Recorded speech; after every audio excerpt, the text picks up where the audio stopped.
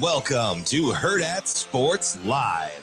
Just the want to really, to shift the mentality with Coach Eck, just how passionate he is about that. It just make us want to like go out there and make plays on special teams just for him and know that we're going to be juiced up and pumped up and we want to be the best. You know, it's iron sharpens iron with us and just competing every single day, trying to get the best out of each other, you know, help each other out when we're watching film or we're out doing indie or just kind of things like that. We always want the best out of each other. That means a lot. Personally, I haven't been a part of a shutout before, so to be a part of that was amazing. And being able to see the young guys get in the game, be able to dominate the way they did, it was a great feeling. It's just our process. You know, it's not looking forward, not looking back to anything that we did. And it's just focusing on the next task at hand and the next operation that we got going on. So the guys understand that they're focused, and I think that's the biggest change from last year to this year is guys are not worried about outcomes and they're not worried about, you know, the next thing that happens, but they're worried about right now. I think we made huge improvement from week 1 to week 2. That's something Coach was talking about throughout the week, was making that big jump.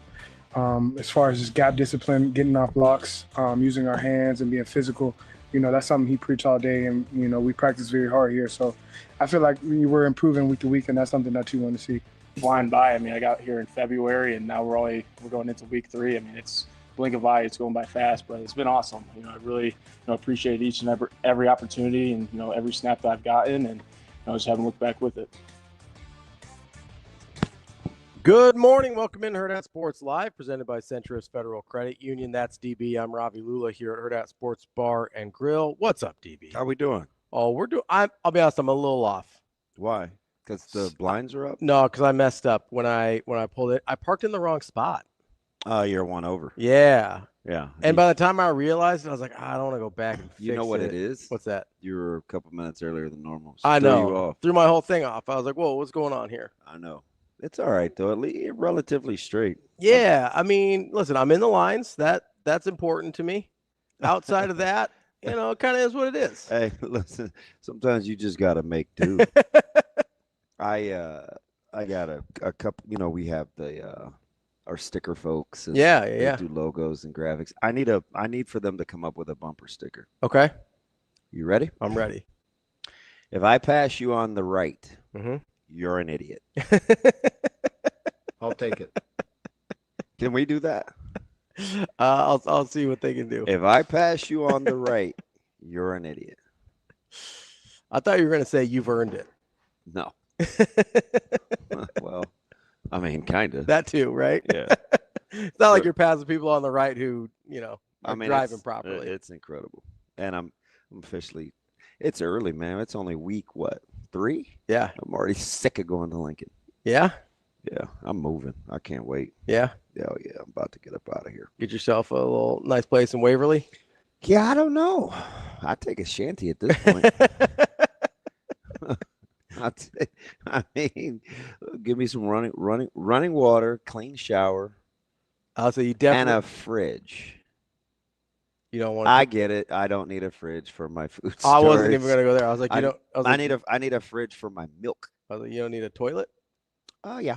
Okay. Toilet's good. Running water is always. I think running water includes. Does that imply toilet? A toilet. Yeah. All right. Yeah. Although I was focusing on the shower because I was like, okay, you have to have a shower because you shower like 8 times a day. Yeah. So if you're not, I have some choices to make. Yeah. Because I got 3 in yesterday, and I've incorporated some liquid soap. Wait, so I got to figure out when was the third. First before you came here, second before you went to practice. Big Red Wrap Up. Oh, there we go. And the more fragranty Mm-hmm. the soap is, the more alcohol it probably contains. Mm-hmm. So it's drying my skin out. Yeah, you got to be careful with the fragrances. Yeah, and I've phased out of what's my go-to lotion? CeraVe. CeraVe, yeah. And I've been into baby lotion. Really? Yeah, I don't know why. But I don't know. I don't think it works. I think it just smells good. I get it. See, because I think babies have naturally soft bundas and hands anyway. So I'm not sure it's the lotion that's doing it. Yeah. So I might No, I'm gonna have to go back to my CeraVe. Yeah, you gotta. So, are you sure it's the soaps or is it the lotion switch? It was the soap. Oh, Ralphie boy. I have no idea. Is that Outsiders? No, it's whoa. No, it's A Christmas Story. Good Oh, Yeah, he pretended to go blind because of the lie in the soap. He said a potty word. oh, Yeah. yeah. He was trying to help his dad change a tire, and he lost the bolts. I know this is a hot take for some people. I know you don't like A Christmas Story. I don't like that movie. Yeah, I do think it has not aged well. I think it was funny when yesterday when I was immature, but I think my comedic levels have shifted, much like my taste buds. Yeah, it's not a very good movie. There's I never liked it. I think it just made me uncomfortable. Right, because you can't put your arms down either. I don't know. Don't matter to me. Oh, no. Don't matter to me. No, I just didn't. I don't know. Season must have started. We haven't heard much from Shetty Ure. I'm just thankful for. Listen, he's got. I do know that Deion knows who he wants to play at quarterback. He's got to get those reps in. Yeah, apparently it's Staub. Hey, You ain't make me. My man will say anything at a presser. He keeps it a buck. What does bolstered mean? I keep wanting to call him. You're going to end up liking him. It doesn't really matter. You what be you. you. No, you've drawn your line in the sand. Well, but you're going to end up liking Deion. I like him. I like him more than I like Dan Hurley, so that's progress. Yes, This is subjective. It's been a long time since old Dan the man has made his presence felt on this show. Well, yeah, we got probably another month and a half before that starts to. All I ever wanted was a black Grand National. It starts to rear its ugly head again, Hey, Shane, I don't know if you can reach the thing that controls the blinds, but man, we probably need to put those down a little bit. I feel very exposed. Like you care though. I don't even know if he can reach those silver. Oh, rings. you betcha. Oh. I think he's just ignoring you. Like there's just that awkward silence there. That far right one is up entirely too high. Yeah, that one is. It's too high. That one's up there a little bit. Oh, you can reach it. Keep going. Yeah, I think about shoulder level for you, buddy. Thank you. That metal one will work too. What a nice producer Doesn't he it is. feel exceptionally bright in here? I think it's the same brightness as it is most days. Yeah. I think so. I can't tell. I stopped at my little knockoff gas station this morning. What's it? It has been infiltrated. It has got a whole new. It's had its guts refurbished. It's under new leadership. Oh, Yeah. Interesting. No, you should swing by there sometime. You don't have any inkling to. You don't have any reason to go that way. No, I don't. Because you get on the interstate at L, correct? No, I get not L. I meant the one that will lead you to L, right here. It's how it says L Street and then 80. Yeah, I don't get on the interstate. Well, to come here anymore because they're still doing construction. Oh yeah, because you don't have a way to get off. Yeah, so because the Giles exit is all jacked up. But no, I get on cover band. Jay Giles band. My angel in the centerfold. Yeah, that's Jay Giles band. I think he pronounces it Giles. I don't know. I don't either, but he's wrong. It's fine. There's a lot. There were a lot of misnomers back then.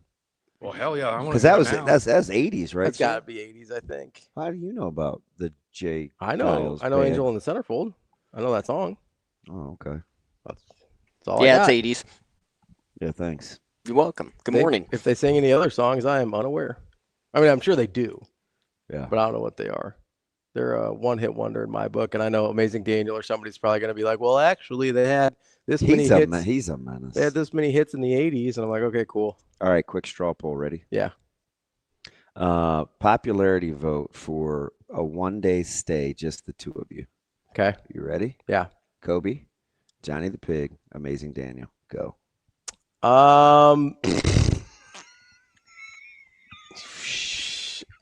Where are we staying? At my shanty. At my new shanty. Just outside Waverly. Yes. I've never met Kobe in person, so he's definitely out. Yeah. Because I don't know what I'm getting. Okay. I've met both Amazing Daniel and Johnny Pig in person, and in person they'd both be fine. If I had to talk to them on the internet for the day, I'm burning it all to the ground. All three of them. But Johnny the Pig's fine in person. Amazing Daniel's fine in person. It's the internet where people have problems. Yeah. I'm sure Lance is fine in person too. He seems lovely on the phone. I would not Balk talk. Dog or Michigan Lance? Oh, Michigan Lance is fine. Yeah. Michigan Lance is good. But yeah, Balk Dog. If I had talked to him on the internet for a day, absolutely not. But on the phone, it'd be fine. Oh, yeah. He's fine on the phone. I don't know what Freeze Frame is. Is that also Jay Gow's band? Freeze Frame. I didn't know that was them, too. Is it? Yeah. Yes, indeed. That's a very different sounding song. I trust Bruin Steve. Yeah, he's right. Amazing Daniel. I don't say anything online. I don't say in person. Yeah, I don't know if I would be pounding my chest over that deal. You also, I don't know. You seem less irritating in person, if I'm just going to be honest. Jeez. He knows who he is. You think I'm bad? Yeah. I was having, fair to Midland morning. Oh, you know what fair to Midland means? I think we should just have a day, like maybe during the bye week, we'll have a day where all these sayings came from, like nitpicking and like fair to Midland. Yeah, what is fair to Midland? I don't know. I think it's a Midwestern thing. I think it's like, and you figured out the whole nitpicking thing, right? Yeah, that's lice, mildly disgusting. No, it's really gross. I don't even know how that grew legs. No pun intended. Well, it started off as the egg, and then isn't that kind of a reach? So the only other thing I thought it could have been, because I've never heard those called nits before, lice eggs. Yeah, I had no idea. And so that's what we've been told anyway. I thought it might be, I think there's some truth to it because T-Mac hit me with it early before the guys in the stream did. He texted to me, and so I think he has access to information quickly. Yeah, it's the only explanation we heard from everyone. Yeah. There was no variation whatsoever, so I'm starting to believe it might be it. The only other thing. Well, what did Todd say? Go with what Todd says or Kendeigh? I think Kendeigh was one of the first with the lice thing. Yeah.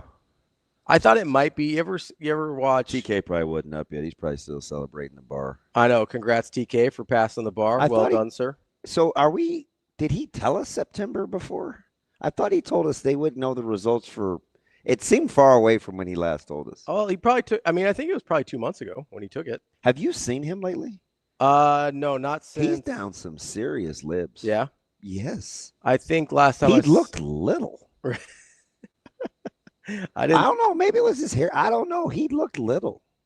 He probably wouldn't appreciate that. He's a lifter, He doesn't want. No, but I think as you get older, man, you don't want to be a big guy. I know, but he's not even as old as I am. I don't even think he's 30 yet. Grant last night on Big Red Wrap Up. Mm-hmm. He is no longer a big guy. Yeah, and we were making fun of how little Jason is, Peter. Yeah, the Peter brothers were funny too because neither one of them were as big as the weight they carried. Oh, right? I know. Like they had to stretch to get that big. Grant was funny too because I think Jay Moore asked him a question about, or maybe it was off air. I don't know if it was on or off. I think it was on about playing multiple positions, like stopping the run. Oh, it was on air. Mm-hmm. Undersized versus not. Playing in a 3, a 4, a 1, 2-eyed. Grant was super honest because he has a little Walt Kowalski to him, just a smidge, right? Like get off my lawn. Yeah, like he's just got some non-negotiables. A little surly. Oh man, he boiled it down to 3 things. He said competitive, be tough, and be coachable. He said, I don't care if it's sports, business, whatever. You do those 3 things, those are my non-negotiables. Mm-hmm. I'll worry about social media and some other stuff later on. I was like, God, that should be a T-shirt. But, he kept it a buck. He just was like, look, man, I was either outside shoulder of the tackle or I'm playing over a tight end, right? I'm glad I didn't have to slide. He basically was like the music band, One Direction, right? It was just like, yeah. He's like, I don't want to have to be multiple. And he was very, very accurate in terms of, he said you move 6 inches or a half slot from an eye to a head up. He said it's a totally different technique. I'm like, I felt like Michigan Lance. Thank you, DB. Thank you. He said it. Thank you. I have to kind of do his lips like he does. Thank you. It's very difficult, but we sure do talk like we know, boy. Whew. Gotta stop the run, man. Stop the run. I do think it's interesting, kind of in light of that conversation. We've heard like Petchak was playing a little bit By inside. the way, it's a little guy. Grant? Yes. Was he mad at you for not knowing when he was drafted? No. Okay. I mean, I got it together. Yeah. We locked it up quickly. Yeah. I don't know. Although he did bristle up at the brunch when I said the wrong Rams team. He's like, St. Louis, thanks. And then he got in a couple pot shots. I was like, damn it. I got out of there pretty unscathed. Yeah? Oh, yeah. I just let him on talk. He took all the arrows. My man can't talk. Aaron Taylor said, yeah, I was going to answer that question, but I'm on talk for 20 minutes. In my head, I was like, please, AG, don't piss Aaron off. He's crabby. He's crabby. I think all your linemen are just perpetually crabby. Yeah, Severe kept, he was very honest last night. He said, my favorite thing about when you guys get together is you just kill Damon. And Grant acted like he was going to take the high road. And at the very end, he's like, well, Damon's going to Damon. It's like, stop calling me that. I hate my name. Damon. Yeah. What would you like people to call you? I don't know. Just ODB? Oh, whatever. That's why I love you. Sometimes I wonder. She went off this weekend. I'm okay. About what? Basically, like technology, like not being 1985 anymore. So she's mad that it's not 1985 anymore. Oh, man. She went in on tickets, printed versus digital, like the newspaper. Like, I don't know. But she was super honest. She was like, well, I don't have anybody to vent to. I was like, shoot, you got to be careful with my mindset. Easy. I do miss a newspaper. Yeah, this whole ticket thing is really bugging her. Yeah? Yeah, because she likes only? to keep printed tickets. Yeah. I will say, I understand why they do it. It is, especially if you're like... I can't remember the price. I think if anybody's had their tickets printed as opposed to digital... Oh, you can pay for them to do it? I think it was like $350. Yeah. Does that seem like a lot? Yeah, kind of. He's for like $350. That's a month's worth of groceries. Like $350 to print the season Not tickets. a month. That's probably like a little over 2 weeks. I was gonna say that's like not even Micah's like snack budget. Come on, man. So somehow he still has like $31 in his lunch account. Yeah. He started with 40. I don't know, man. My dude's not eating lunch? Oh no, he eats. Nah, he takes a lot of stuff from home. Maybe they like him in the lunch line. I don't know. I'll say maybe they're hooking him up. He's not super friendly, so I don't. I like him. So he got invited. He had the opportunity to hit a home game. Yeah. Right this weekend, and Coach Lamanji just went through the spiel last Saturday about potential college guys taking visits. Mm-hmm. And how Saturday morning is still a work morning, and to try to pick games that are later in the day or to space them out. And he basically was like, hey, bottom line, I want you here on Saturday mornings and don't text. He has his rules. Mm-hmm. I think he's absolutely right. We're rolling with it. So Nebraska called day before yesterday, and we're going through it, and he's kind of him-hawing around. And so I finally asked him at practice yesterday. I said, hey, such and such just called. Like, what's the deal? This dude looked at me. I'm not kidding. Deadpan, straight face, and said, didn't you hear Coach Lamanji Saturday morning? I'm going to try to reschedule for a game later in the week or later in the season. Hey, man, how about no? You love it when people do that, though. So it's at the beginning of practice. Yeah. No. So, of course, it aggravates me. Sure. But I have a certain routine. I mess with the guys stretching. Like, I like to have fun. Maybe I was off my game a little bit. Barked at my guys during Indy. I come back about 50 minutes later. We're doing specialties, and he goes, everything okay? How you doing? I was like, golly, man, it's going to be a long 3 years. Well, at least you cared enough to ask. No, that's not what it was. I appreciate you contributing to his delinquency either. I do to something else, man. If you don't bark as a pup, you certainly aren't going to bite as a dog. What? Right. He's out here barking. That's what he told him to do. Yeah, that dude's he's been yapping since he first sat on the porch.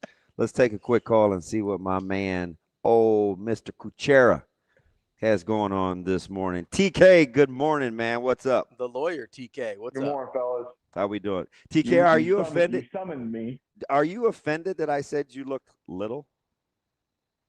Well, I don't think I've ever been called little in my entire life. Is it intentional? Because sometimes it's not a good thing. Yes, because you can't wait. You can't be off the line and weight at 5'9" forever. Yeah, I wasn't going to take any shots at your height because of that. I was not. I was going to stay away from the tall jokes. I just, I was like, you just look little. Oh no, I have good natural leverage. I like the way you spin it. I like it. Good natural leverage. That's a good one. Shane, do you have good leverage? Yes. That's a lie. TK, what's up, man? Fair to Midland. Talk to me.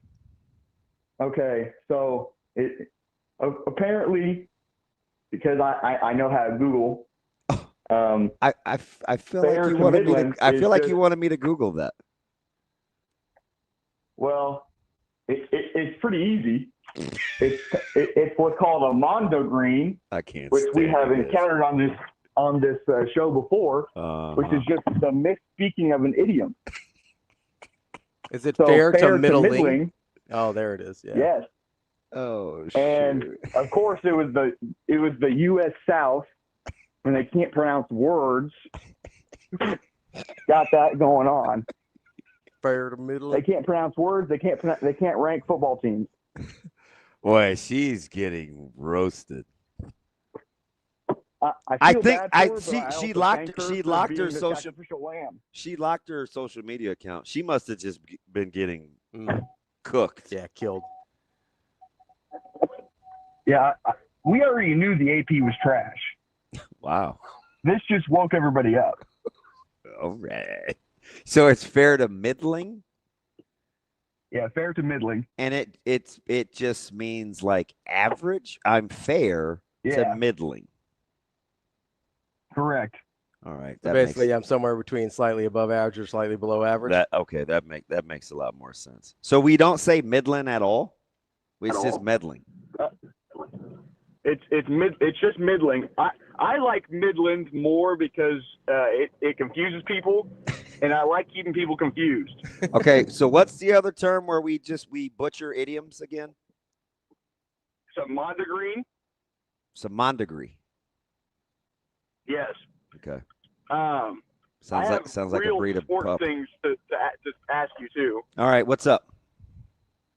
So, if we couldn't have any more Ndamukong Suh lore out there, how do we believe that he regrew and repaired his ACL in 4 months? Yes. That's crazy. Yeah, so he's weird when it comes to his body too. He's pretty regimented, he was like cutting edge before it was cutting edge in terms of rehab. He kept himself in fantastic shape. And a lot of it was just through research. Man, awkward pause. He could do anything that he wants. Yeah, pretty much. Backflips, play goalie, score from the box. Play offensive line. Be a GM. Yeah, he's extremely bright. Extremely bright. What else you got? Okay, so I was just thinking about this, and it's really dangerous when I start thinking. Oh yeah. Our text exchange would let me know that that's 100% accurate. People are concerned still about this whole run game nonsense, and we've seen the first 2 weeks, and we saw against Boston College. John Butler put some pretty advanced defenses out there. What do you think that John Butler will put out there, like how they adjusted by putting bear fronts out there from his NFL defensive background to combat teams who do not have explosive passing threats and thus have to rely on the run game. That is a fine line. I don't know, TK. I think there's a lot out there still on his painting, on his easel. I really do. I don't know if he's obviously brilliant. Yeah, he's really smart. There's zero question about that. He can think on the fly really quick too. Like he talked about his ability to process really rapidly. Yeah, there's no question. No question. He's bright. Okay, guys. Thank you very much. All right, buddy. Chewing on that. Have a great day. Thank you. Thanks, TK. Those awkward pauses always throw me. I always think the phone cuts out or something. I don't know where you think he is going. I don't know. He's driving. I heard him. I think his gym is in his in his office. No, I think it's in a facility where he lives. So I don't think he has to drive there. That'd be nice. Yeah. I'm guessing he was. It's pretty early. I don't know. Maybe he's going to work. I don't know what time. It's a government building, so it's probably not open till like 8. So he just walked right into a job, huh? Yeah, that happens a lot with lawyers. Yeah, you just spend the first couple of years getting out of law school debt. Yeah, pretty much. Can you have legal? Do you get scholarships to be a lawyer? So the way it worked, this was 15 years ago, but the way it worked, my buddy went to law school was, you could get a certain amount of aid.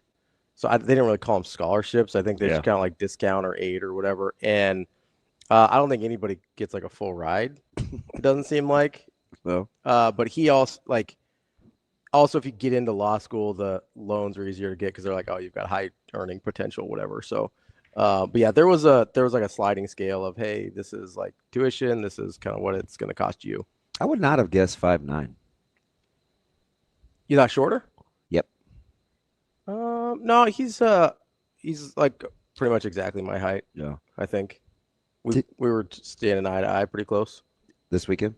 No, when I wasn't there this weekend. Last time I saw him. I know I didn't see, but I didn't go out there. Yeah.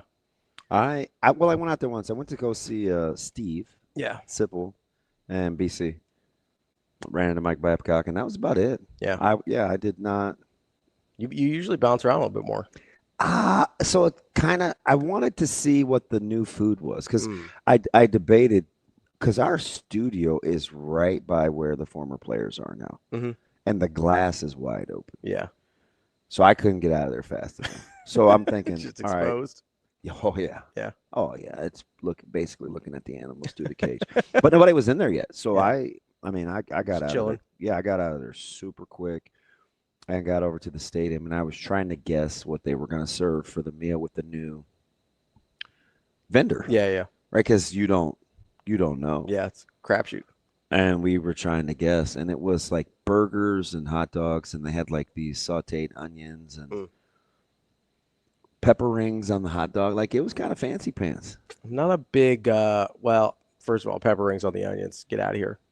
No, thank you. I'm talking about, like banana peppers. Yeah. They're fine. They like put them around the hot dog? Like in the in the bun? No.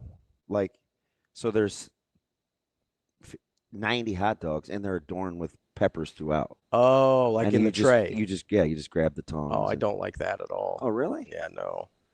Hey, you eat macaroni out of a cup. Like what are we talking about? Not usually, like every once in a while. Not out of the cup. Come on. Not really an easy Mac guy. Gotcha. Like a little higher standard. I prefer it out of the box. All right. Makes sense. It does taste better out of the box. Like if you want like Kraft mac and cheese for some reason, like if you're having, it is way better out of the box than it is Easy Mac. That's a fact. I'll die on that hill. Wow. What? To your thing. But you are eating Chips Ahoy. Yeah, we got some cookies this morning. Well, we were out of some of my other snacks. So, that one's yours.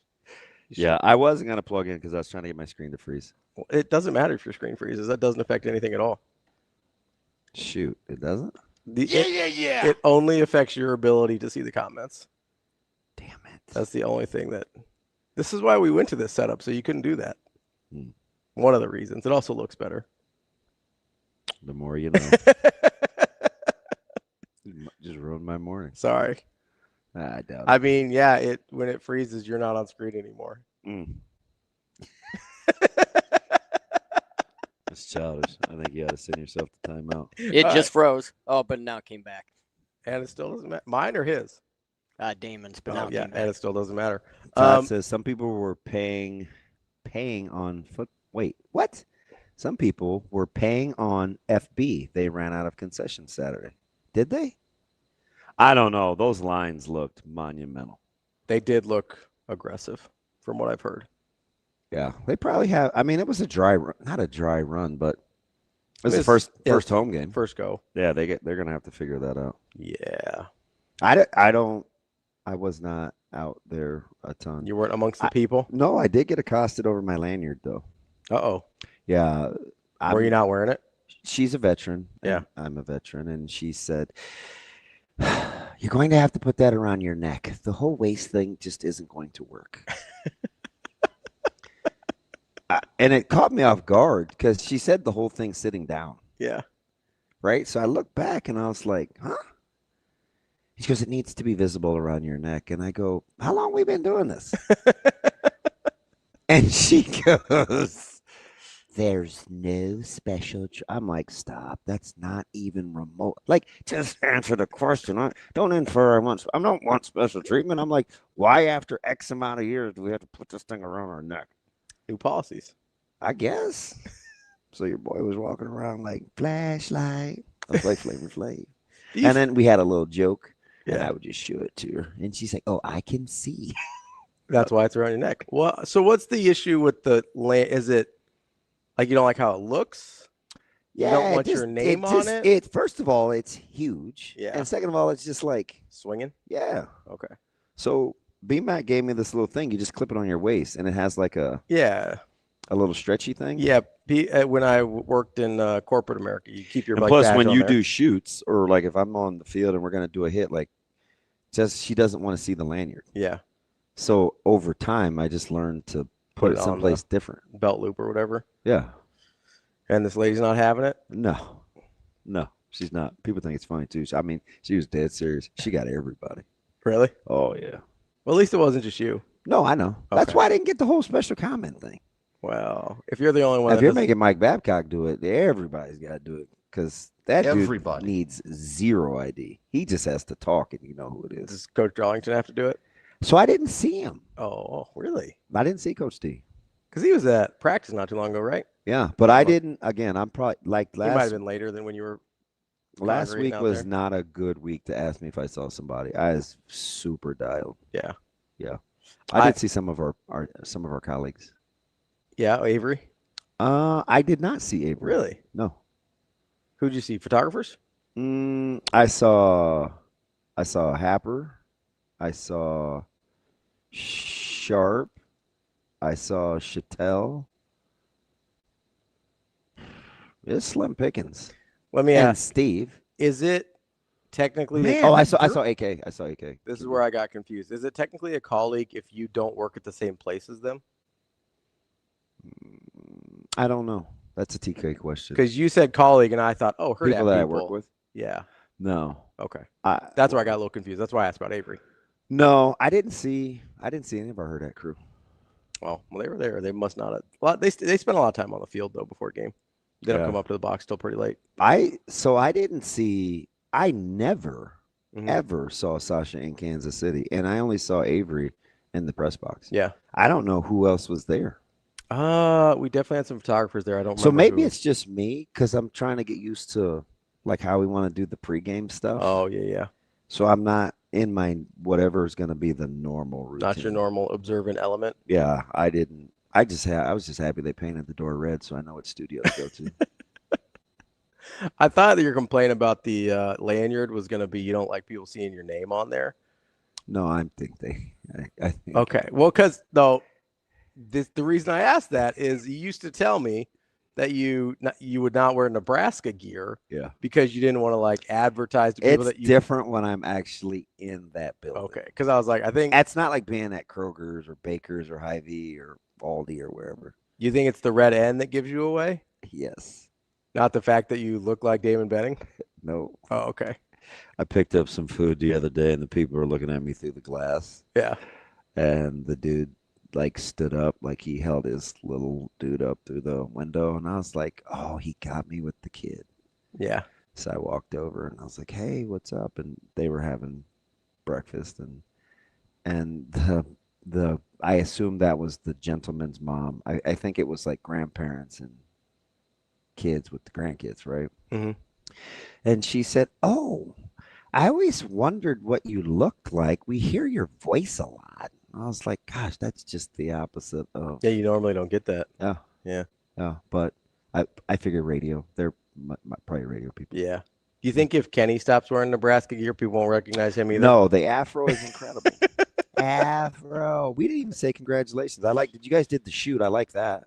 We said congrats when he got announced, but yeah, he's going. I feel like I should tell since I'm on that voting committee. Yeah. Kenny. Yeah, give us a heads up next time. Jeez. No, I don't think that's the right thing. I didn't even tell Dumas. Yeah. Or Foreman, and I certainly would tell those guys. Yeah. Yeah, Kenny told us as soon as he found out, I think, pretty quickly. So, yeah, excited for our guy going into excited. We're celebrating that here coming up, right? That's this week. Yeah. Yeah. So he'll be down. You almost think I should know that. Well, actually, I mean, it's exciting. Maybe.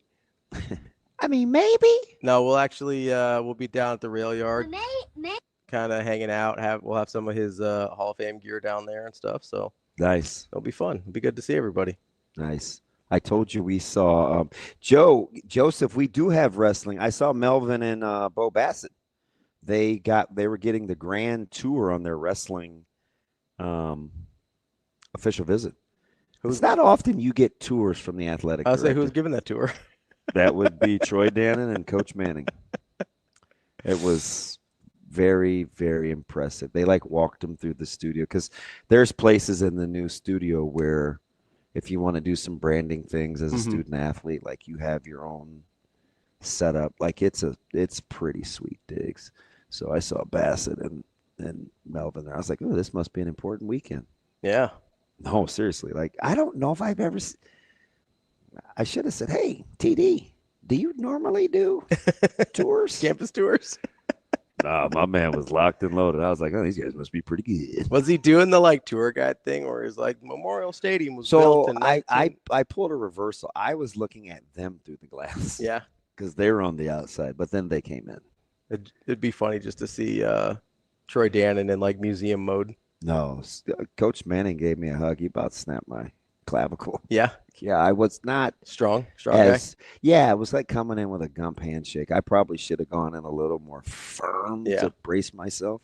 And he bent it. He's like, hey, I'm looking forward to. I was like, good.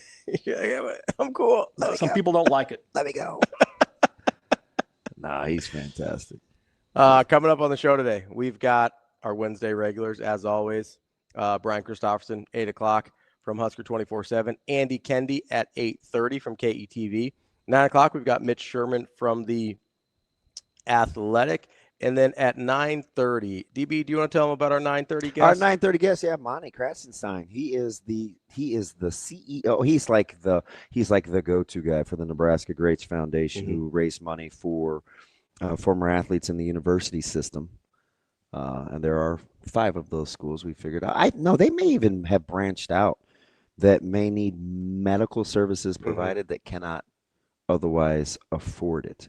And he has got a fundraiser with Coach Manning. See? Comes first full circle. So we'll talk to Monty from a Nebraska great tight end at 9:30. Big tight end guy? Big tight end. You love tight ends. I do love. Listen. The group's pretty good. Good group.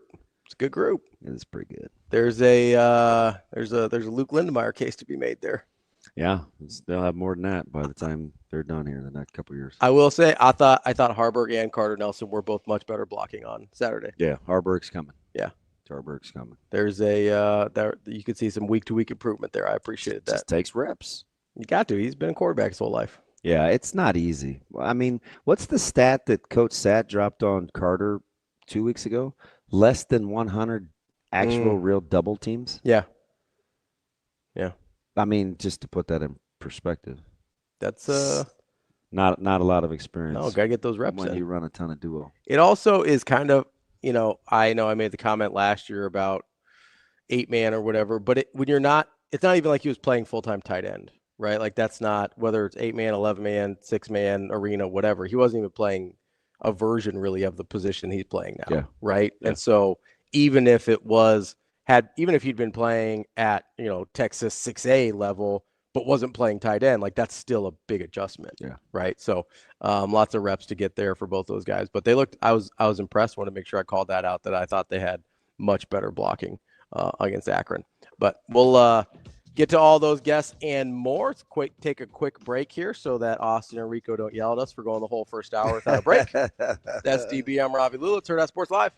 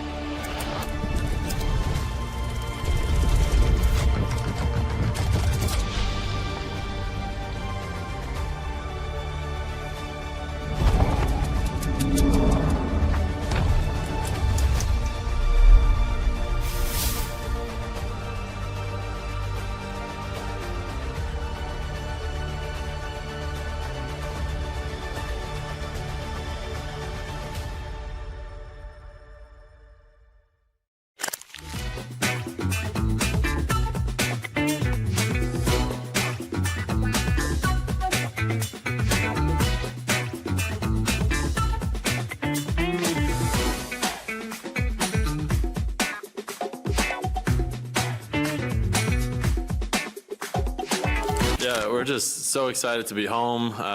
3 straight weeks we get to be here, so we're really excited about that. The back-to-back road trips were definitely a toll on us as coaches, on our players. Felt like we just got back from Madison and then just turned around and got on another plane. So happy to be home. We have the best fans, and I think that was something that this weekend really reminded us is how grateful we are to have the support and the community that we have, and to get to play in front of a sold-out Sokol Arena this weekend is something we're really excited for. I thought highs and lows this weekend. Again, still fighting to be more consistent as a team. Something that we're going to continue to get better in the gym with, but love that we're playing the best teams in the country. I know UC Santa Barbara is now rightfully receiving votes. San Diego, I think, is a top 30 team as well, and so we're just going to continue to play the best teams we can play, and we'll do that again this weekend.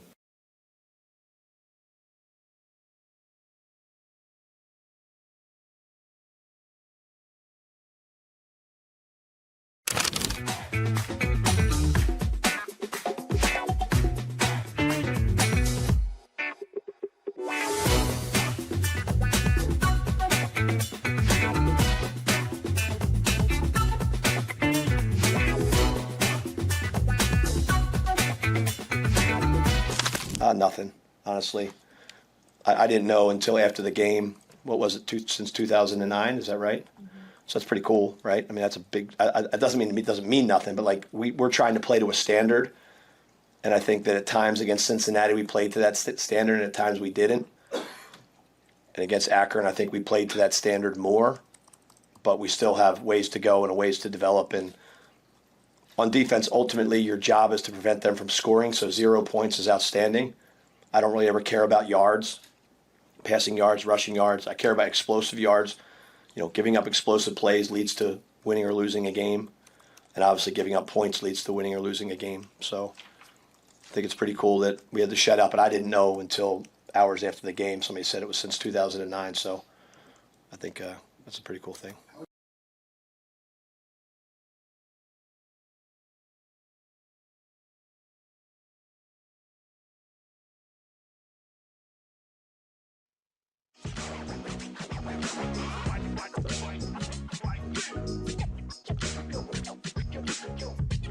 You're listening to Hurrdat Sports Live.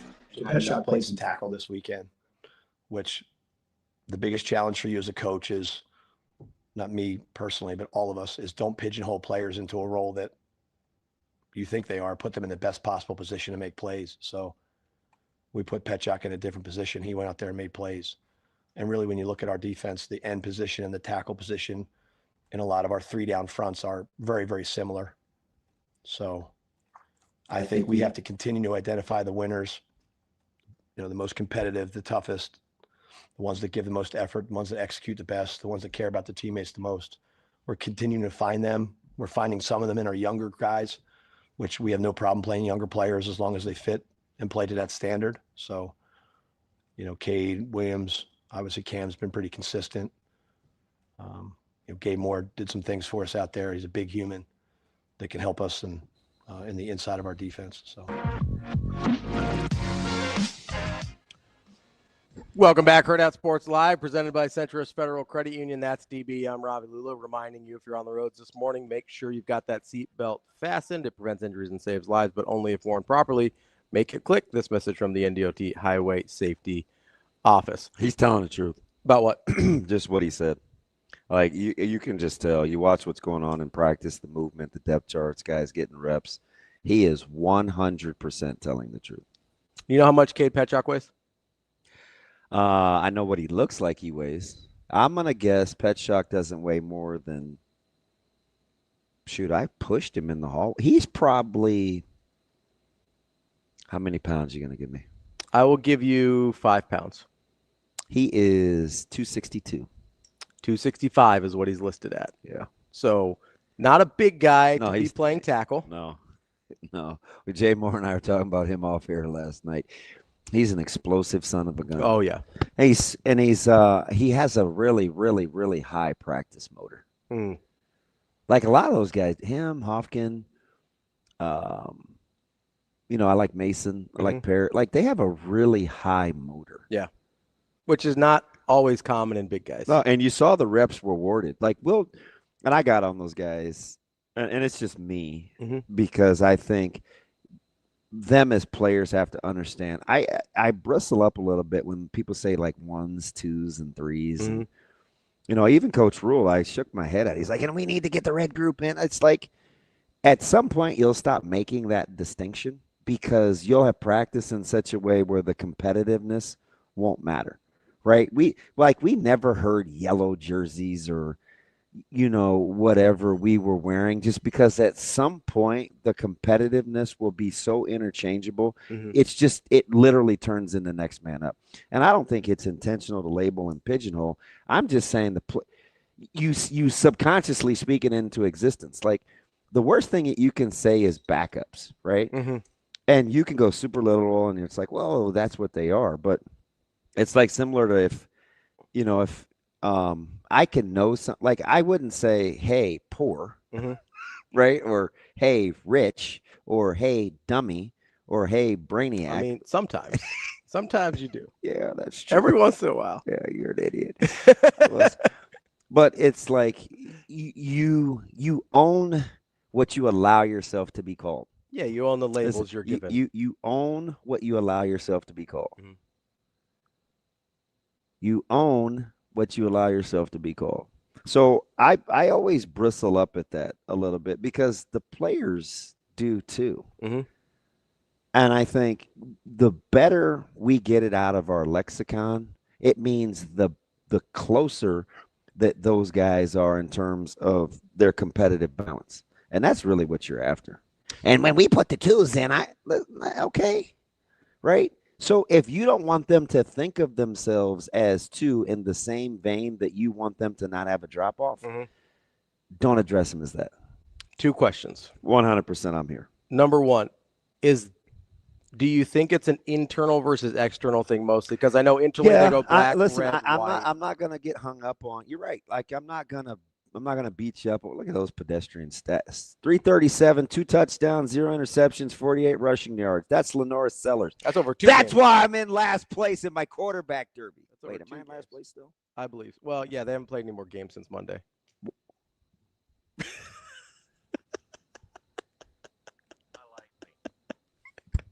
I knew that one was snarky. I apologize. I like me.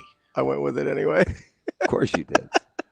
Yeah, I think there's external versus internal. I don't know. It didn't sound external what he said when he said in the locker room.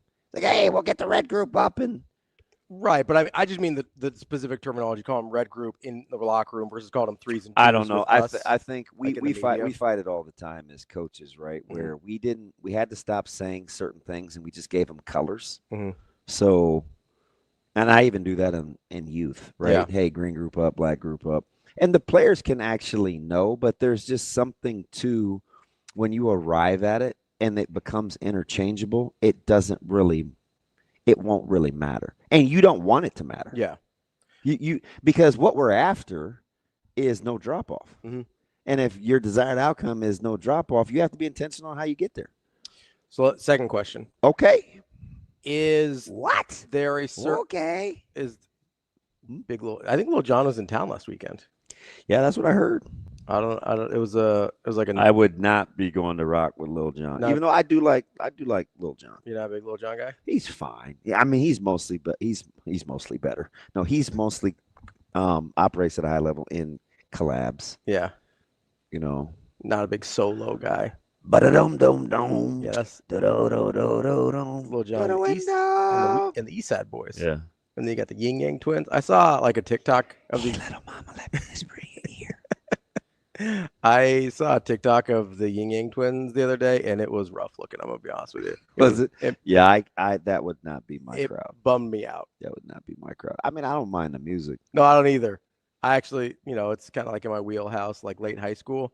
But seeing them at this age doing a concert at like a fair, and it was outside too, right? I saw a banner was. because it was in collab with some folks that we know. Yeah, and I don't know if it was their promotion. I don't know. It was I think it was tacos and tequila.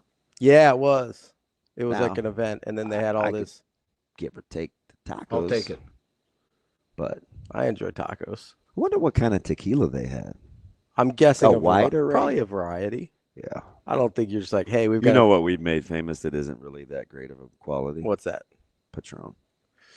Yeah, who's we made famous? Like society? Sure. Okay. Yeah, it'll work. You all right? Yeah. You good there? Yeah. Itchy beer. Yeah, Patron is like it's fine. It's just whatever. Yeah, it is the Smirnoff of tequila. Yeah, basically. Yeah. Well, aware. It's a good example. It's a 1-to-1 comparison. Thank you. The bottle's a little cooler though. Cooler. What's happening, baby? How you doing? Well, yeah, I like That's my dude. I like my tequila chilled, so it's a cooler bottle. All right, let's get it. Yeah, I think you'd like him. Who's that? That's George. Do I know George? George is my man on TikTok that you get mad at because he is very friendly. What's up, fellas? How y'all? I don't mind him as much as the other guy. No, I understand. He's fine. Again, I'll give him a shot. So what did I just say that you responded to? You don't even know. You were so quick to rebut. What you replied didn't have TikTok. anything to do with what I said. You said TikTok, and I. Yeah, you immediately went. No, to he said because that I don't like. It's not what I said. Yeah, you said that's the guy on TikTok you don't like. Comes another one. It wasn't in comparison to I Southern know. Vibe. I think you group them together sometimes. No, I think you do because they have some overlapping qualities that you don't like. That you showed me both of them? Sure. That's what they had in common. They're these food guys that I'm like, I don't really care what you do with your food, bud. Yeah, that too. That's a big thing. I was like, I don't care what you do with your food, man. No, but I think, but I think you want your guys to play in such a way where you don't really start talking about that. So my other question is, if you have fostered the right temperament of your team. Fostered the right temperament. That's very professional sounding. Well, DJ, I can't get into Casamigos either. I apologize. Casamigos is overrated. I'm not a big Casamigos guy. 100%. But if you saw that in somebody's skybox. I didn't want to use the imagine dirty C word culture, because sometimes we're just like, oh, it's just this catch-all. Why does culture have to be a dirty C word? People just use it as kind of a catch-all when they don't want to identify things a little bit more specifically. So I wanted to identify it a little bit more specifically. You and your co-conspirators, like, you think that's a dirty C word? It depends on what the conspiracy is. That culture is overrated. Oh, those are bad co-conspirators. They're telling you dumb things. But if you have fostered the correct temperament of your ball club, not to be confused with Jermaine, or foster the people, or Sinai, it's my cousin. I'm not familiar. It's fine. I'm just talking. Is there? Hey, another fellow tequila compatriot. Oh yeah. It's my dude. Is there any party that's like, I can use calling them twos versus ones if they're like, I'm not gonna get hung bleep up you, on I'm not a two. Yeah, I mean, because ultimately that's how it will get. Right. That internally, if you're operating at a high level, that's how those guys think. Trust me. So there's like, if you're trying to put a little chip on him a little bit. I don't think he does. I don't think that's a coach. Okay. I don't think that's a ploy. All right. I think sometimes you have to distinguish when you want the next group up. I think that's just what you say. Yeah. Like we may say, I don't know, I'm not going to use us, but red group, green group, blue group, whatever. Yeah. Blue man group. So, I mean, I get it. The point of it is when you're because you get to a point you want to, if you really want me to land the plane, like how are you distinguishing between Keona Davis and Hofkin and Jalen George, and when they're so interchangeable, right? At some point, you just put them in the game. Yeah, like Judy, that's what you want. Judy's still listed ahead of Van Poppel. Yeah, he's not a black shirt, so are you still calling him red? Yeah, you know what I mean. Yeah, oh, that makes sense. So like that's the point. You want to get the desired outcome is. It just doesn't as matter. If they are interchangeable, it's ultimately not going to matter. Yeah. So the sooner we stop making those designations, the better you know your team is playing. I'm not saying you can't make those designations. I'm saying at some point, if you're operating at a high level, you won't. That makes sense. I got you. I'm picking up what you're putting down. Finally. Sometimes you put things down like little breadcrumbs. I need you to drop the whole loaf. You know what I mean? Man, I'm only going to feed those that are hungry. I'm hungry. That's DB. That should be my motto. That's DB. I'm Ravi Lulla. We've got Brian Christopherson coming up next here on Hurrdat Sports Live.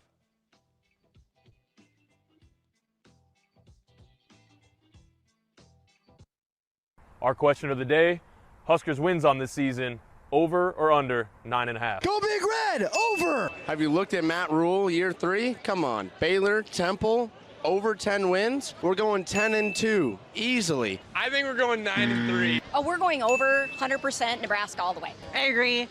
Over 9 for sure. Because Jalen Gramstad is the best. Grandpa, he's got it. We're going to be undefeated going to College Station, Penn State. Better be a wideout. What's happening? Because the Huskers are coming, all right? Last year, they got to bowl game. This year, it's a whole nother level. And that's getting 10 wins. Playoffs. I don't know about football. I know about beer. I'm a Hawkeye fan in disguise, so I don't comment here. I don't think they're going to hit 9 wins. I think we go 11-1 this year and go to the playoffs this year. Okay, we don't play Indiana. So, I mean, hey, 12-1, hey, that's my prediction. Over 9.5 wins. Hammer the money line. Skurs are back, baby. Skurs by 90. Let's go Big Red, huh? And remember, for the best sports book in Nebraska, be sure to visit Warhorse Casino in Lincoln and in Omaha.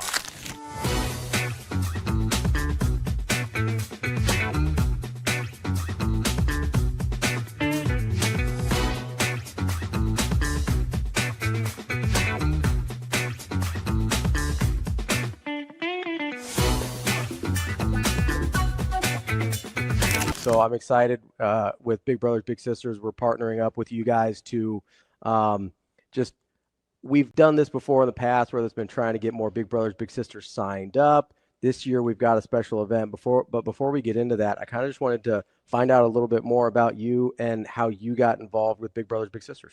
Sure. So I have actually been working for Big Brothers Big Sisters in the Midlands for almost 2 years now. But before that, I was actually a big, and I have had a couple of little sisters in the past, over the past 10 years. So I've kind of seen it from both sides. I've been able to actually see the mentorship side, and got a lot of passion, obviously, for the organization at that point, and have worked in nonprofits for a long time, and they were hiring. And so I was so excited to be able to kind of come on board with the Midlands organization as well. So, yeah.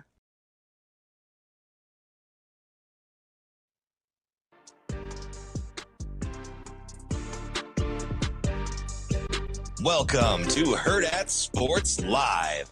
I think it's a work in progress. I think it's a combination of how we play combined with the schemes that we're calling, combined with, the execution of some of the run blitzes we're running.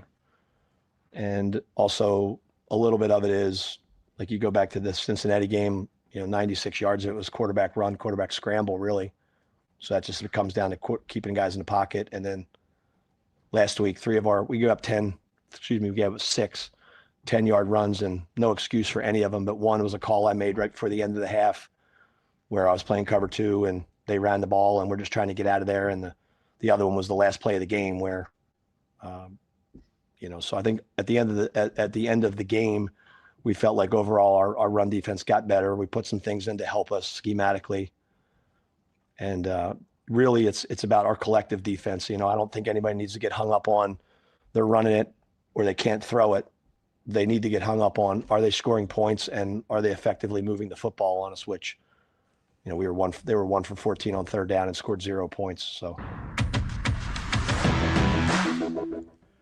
Welcome back, Hurrdat Sports Live, presented by Centris Federal Credit Union. That's DB. I'm Ravi, Lulla here at Hurrdat Sports Bar and Grill. We are joined now by Brian Christopherson from Husker 24/7.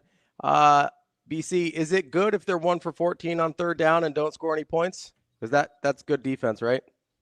For the most part, although I think Houston Christian held who'd they lose to? Eastern Kentucky to I think they were 1 of 16 Eastern Kentucky on third down. I'm like 90% sure on that, and Eastern Kentucky won. But yes, usually it is good. That's one of the strangest box scores. I don't know how much you've perused it. One of the strangest box scores I've seen in a while. You and ESPN Plus. Houston Christian and in Eastern Kentucky says, what's happening here? What is this team doing?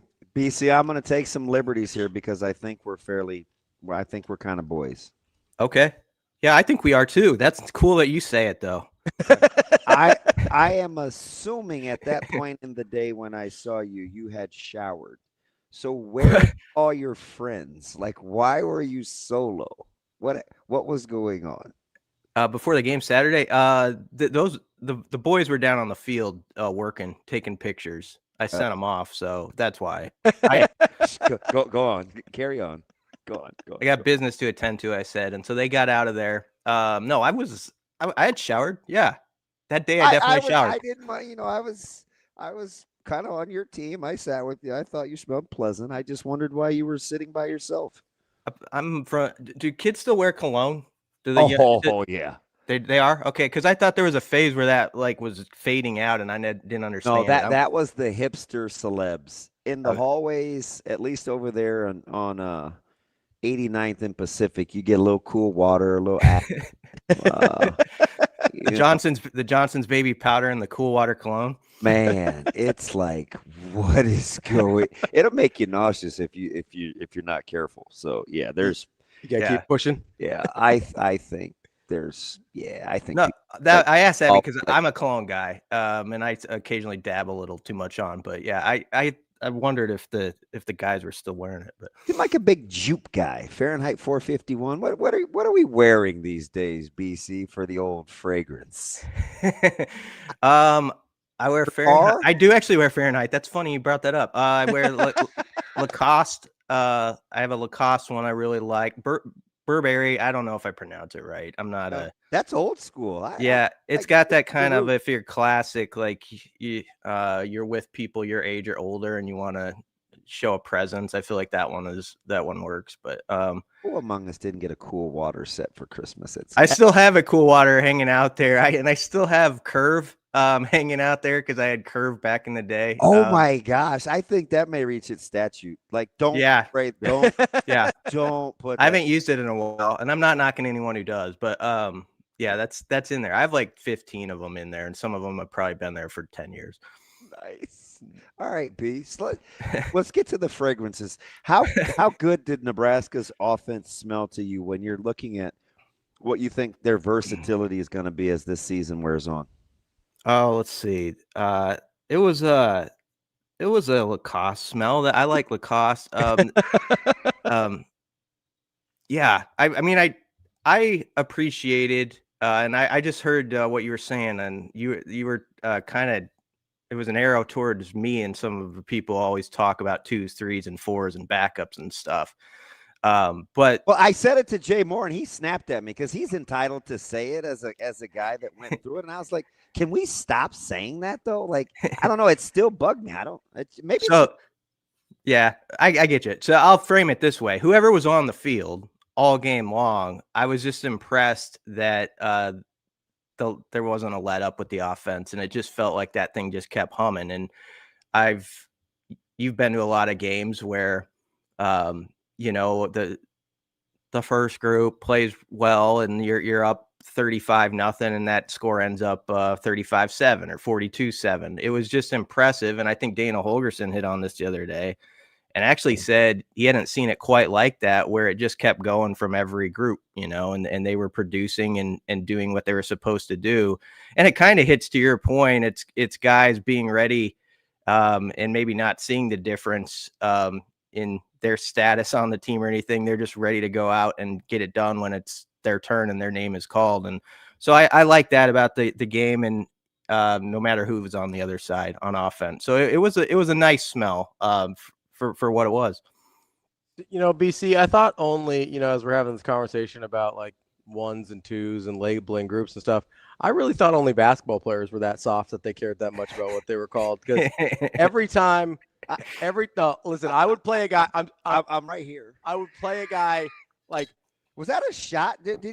Was that a shot, BC? He called you soft. I think he did. I said I was surprised football players are as soft as basketball players. Wow. That's what I was saying. Because I would sit here and I would play a guy 30 minutes a game, but he wasn't a starter. Like, he was Manu Ginobili, basically. And, I mean, not good-wise, but just the situation. So you play this guy 30 minutes a game, and all this guy could think about is that he's not starting. It's like, you want me to switch? You only want to play 10 minutes a game, and you want to start instead? Yeah. I thought football players have the mental fortitude not to have to deal with that. Oh, good point, Ravi. Guess you told me. I was wondering. We out here, right? No, BC.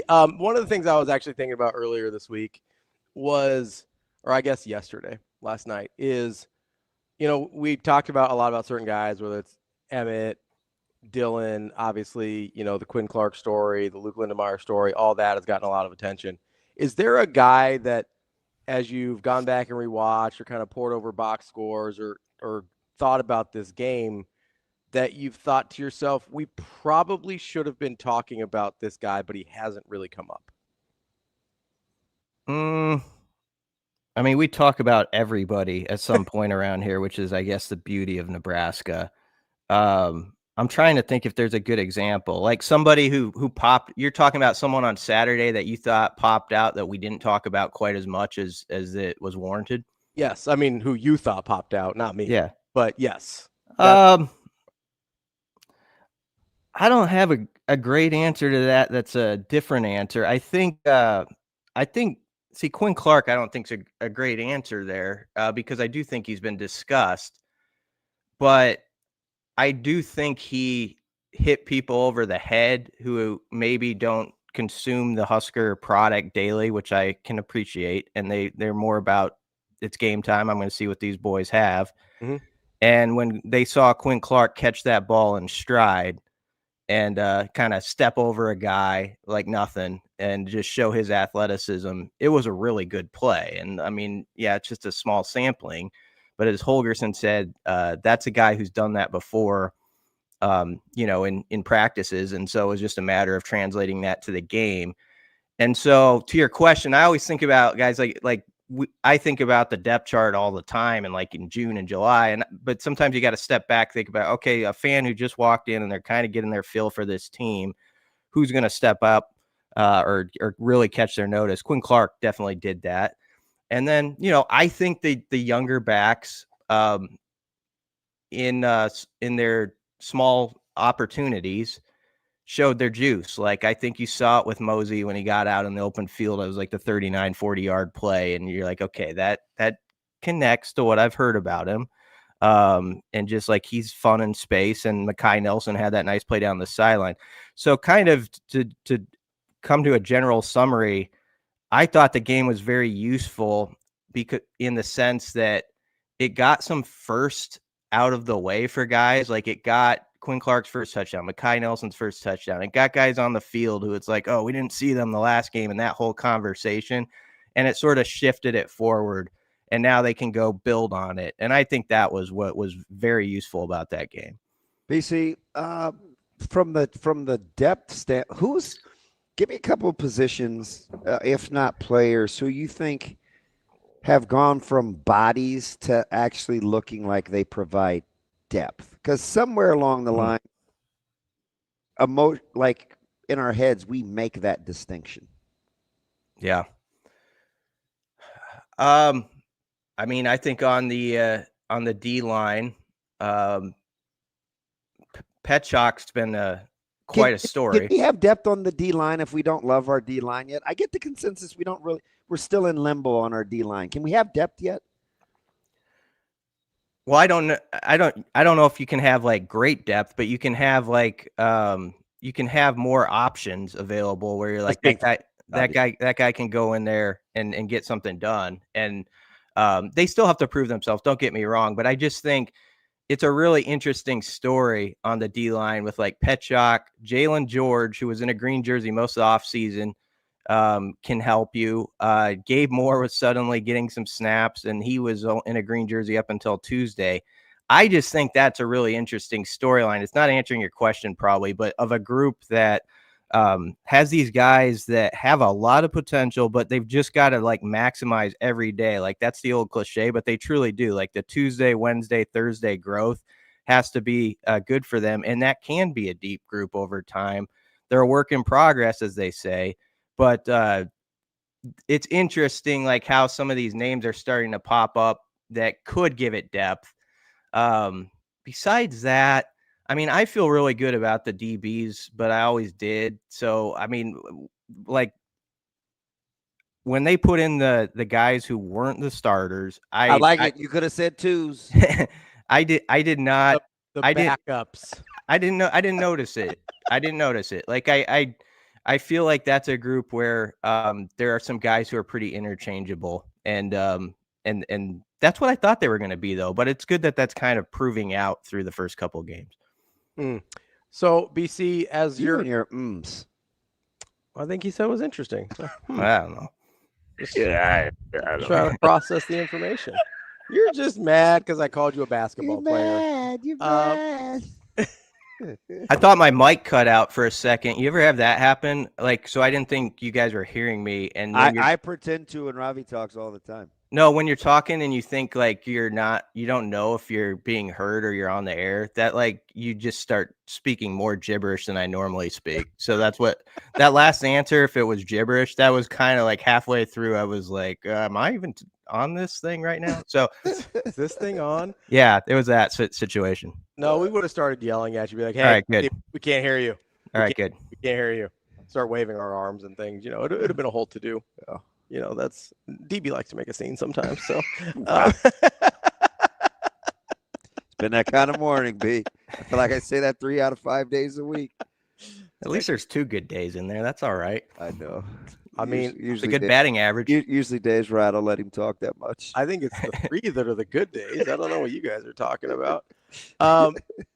BC, as you kind of look ahead to Houston Christian, I mean, I imagine we haven't done too much like game prep. Like, what do you do with a team like this where you go, okay, one of their games was against an NAI team that their record and schedule on their website only goes back to 2022, and it doesn't appear they've played or at least logged a whole season at any point in that time in Arkansas Baptist. And then you've got this super weird box score against Eastern Kentucky where they outgain them. They hold them like 100 yards of total offense, but they fumble it 4 times and lose the game. Like, how much are you actually thinking about Houston Christian? How much are you actually thinking about just what Nebraska needs to do and what you see out of them? Like, this is sort of an awkward week. Yeah, it is. Because I hate to talk down an opponent or actually talk around an opponent. But I do think it's about Nebraska and just going out there and being that team like they were last week, just building on that where, okay, you're going to hear this storyline suggested. It's 11 a.m. You just won 68-0. Michigan's, down the road. Are you going to maintain your focus despite some of these items that people are going to list as to why you could have a sleepy performance? And so this can be an opportunity for them to show some real maturity in a game like this and this setup to just go like play to that standard they've been talking about. It's about what you're doing. And I love that line that Rule had. I know the whole thing went viral, but about like a player from another team that's maybe a group of 5 or an FCS guy shaking your hand after the game. And this is so true, I think. Like, you need to have it be one of those deals where they do put their head down a little bit as they do it, because they know that you're just better, and okay, this is why it's Nebraska, and not a deal where the guy, and I think this happened in some games in the past, in last year and years before, like Northern Iowa, where there's probably some guys who walked over and shook hands from Northern Iowa last season, thought like, I can play with the guy I matched up against for some of those reps in that game. And so you don't want that. So that's what I'm looking for this Husker team, is to make it one of those handshakes, much like the Akron one probably was, where it's the other guys realize like, yep, there's a gap there. I see why these guys are playing at this level. Yeah, you know what's interesting? As a guy that, trailed at the half against Wyoming, right? At home, and a year in which we won a natty. You know what this one is about for me, for this team? It's emotional maturity. I will be thoroughly impressed, BC, if Nebraska can stay on the gas 2 weeks in a row playing against the best version of themselves. Yep. Like, that's because it's hard to do. Like, we weren't even good at it yet, and it almost got away from us. Like, I would be thoroughly impressed if this team, who hasn't won meaningful games in so long, could string together 2 weeks of being the best version of themselves and get better. Like, I mean, that's where it's at for me if I'm going to critique it, because that's what it's all about. At some point, it can't be about who you play, and that's to the good or to the bad. Like, if they stay on the gas this week, man, color me impressed, and I'm not kidding you. Yeah, exactly. And more guys like just erasing first and getting some stuff done where it's like, okay, I made that step. Now let's do the next one. Like whether it's like a Cortez Mills catching a touchdown or something like that. Just different guys checking boxes in this game, playing at a high level, gaining confidence. And it's not unusual for them at this point to play in Memorial Stadium. They've had a couple cracks at it after this weekend. So that's all very useful, but I'm exactly with you. This is one of those games where you see how mature your football team is. It sounds like they've had a really good week of practice. Like, Rule really liked how they came in on Sunday and we're getting after the details. And it sounded like Holgerson yesterday was pretty high on how things were going, better than last week even. And so that's all promising. But now, of course, it's making sure you're ready for some brunch football. Because there's a certain degree of difficulty that's hard for me to like put into words when you know you have everything to lose, and the internal gain is something that people can't really measure, right? So it takes on a whole new. The gains are all. It takes on a whole new competitive thing inside the walls of that stadium. That it's its own unique challenge Yeah. in my opinion. I love when the guys who are, I'm talking in code around what Damon said earlier, the guys who are on the field first. I like when they, they're called starters. I'm just Shut up, messing with Ravi. you. I'm just messing with you. But I like when those guys also have that mission that's so evident. And I thought it was last Saturday. Like, I know how much everybody on this roster works. I want those guys to get 15, 20, 25 reps that don't play as much or won't maybe play as much in some other games. And obviously you respect your opponent and you don't go in just thinking like you're ahead 42-0, but that's exactly it. Going in like we're going to build this thing up and make it a game like last week where those guys do get that experiences and they can check those boxes. So that's what I want to see from that group who's out there as the starters. I just want to see them like hand the baton over again early and let those guys get their chances. I asked this question, I don't know, it might have been the Sipple, so that doesn't count. But do you pay attention, B, to – no, it might have been Sam. It might have been Sam. What's going on tactically in special teams? Or do you just kind of look at their return and grade the results? Because I was telling Sam, I really like some of the concepts that they're trying to employ. And Nebraska's they missed a few on kickoff return, but we've seen it reap some dividends in the punt return game where schematically I think they're pretty sound. Yeah.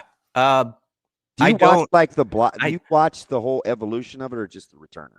I probably watch the ball more, but I appreciate what you're saying because obviously it doesn't happen. You don't get to 87 yards from Barney, 92 total, tops each of the last 4 seasons, which is an incredible stat in one night with your return yards.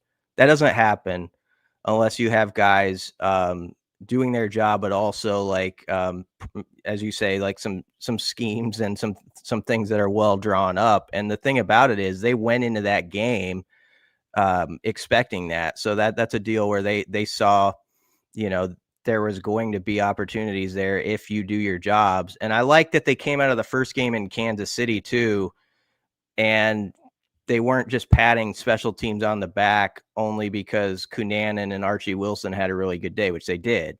But it was more about, there was some good stuff with the kickers, but we left some returns out there and we got after these guys.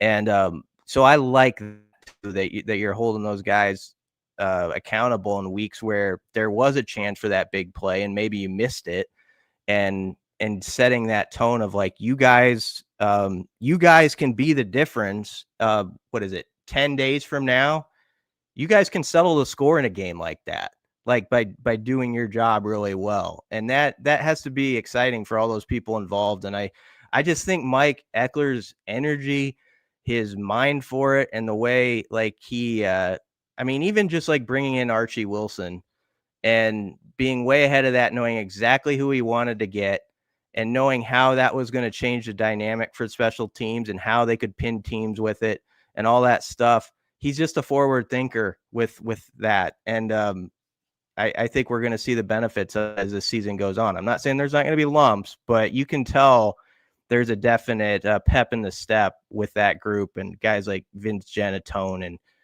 Kamir Prescott was out there, and guys doing a good job that we don't talk about all the time.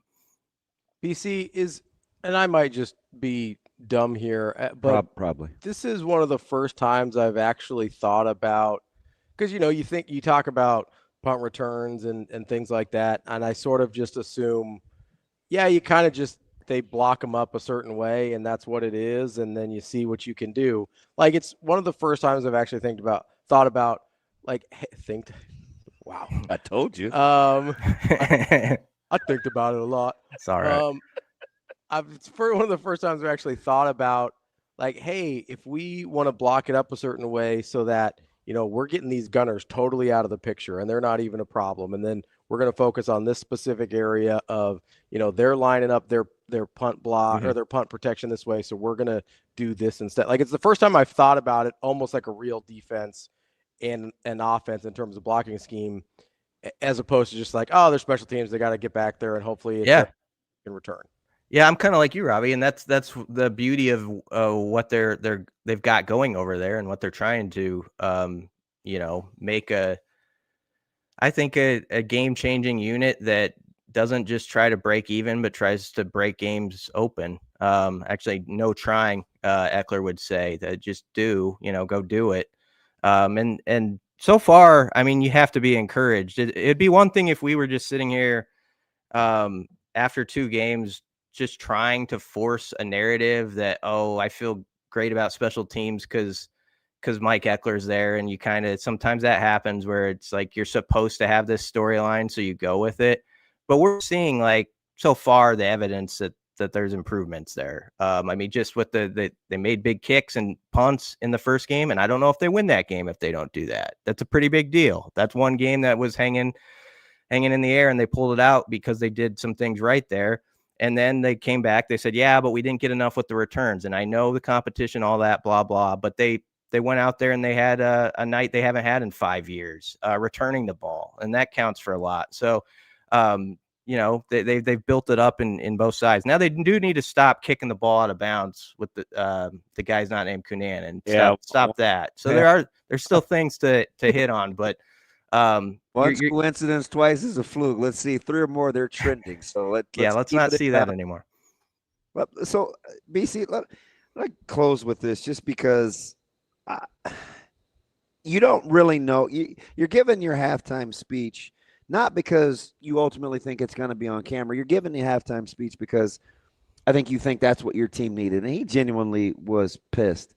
But one of the things that I like that he's talking about when he says, we should make 52-yard kicks, or, we should go out and play like this, or we want to be like, for me, everybody talks about year 3 rule and what it means. And I said this in the offseason.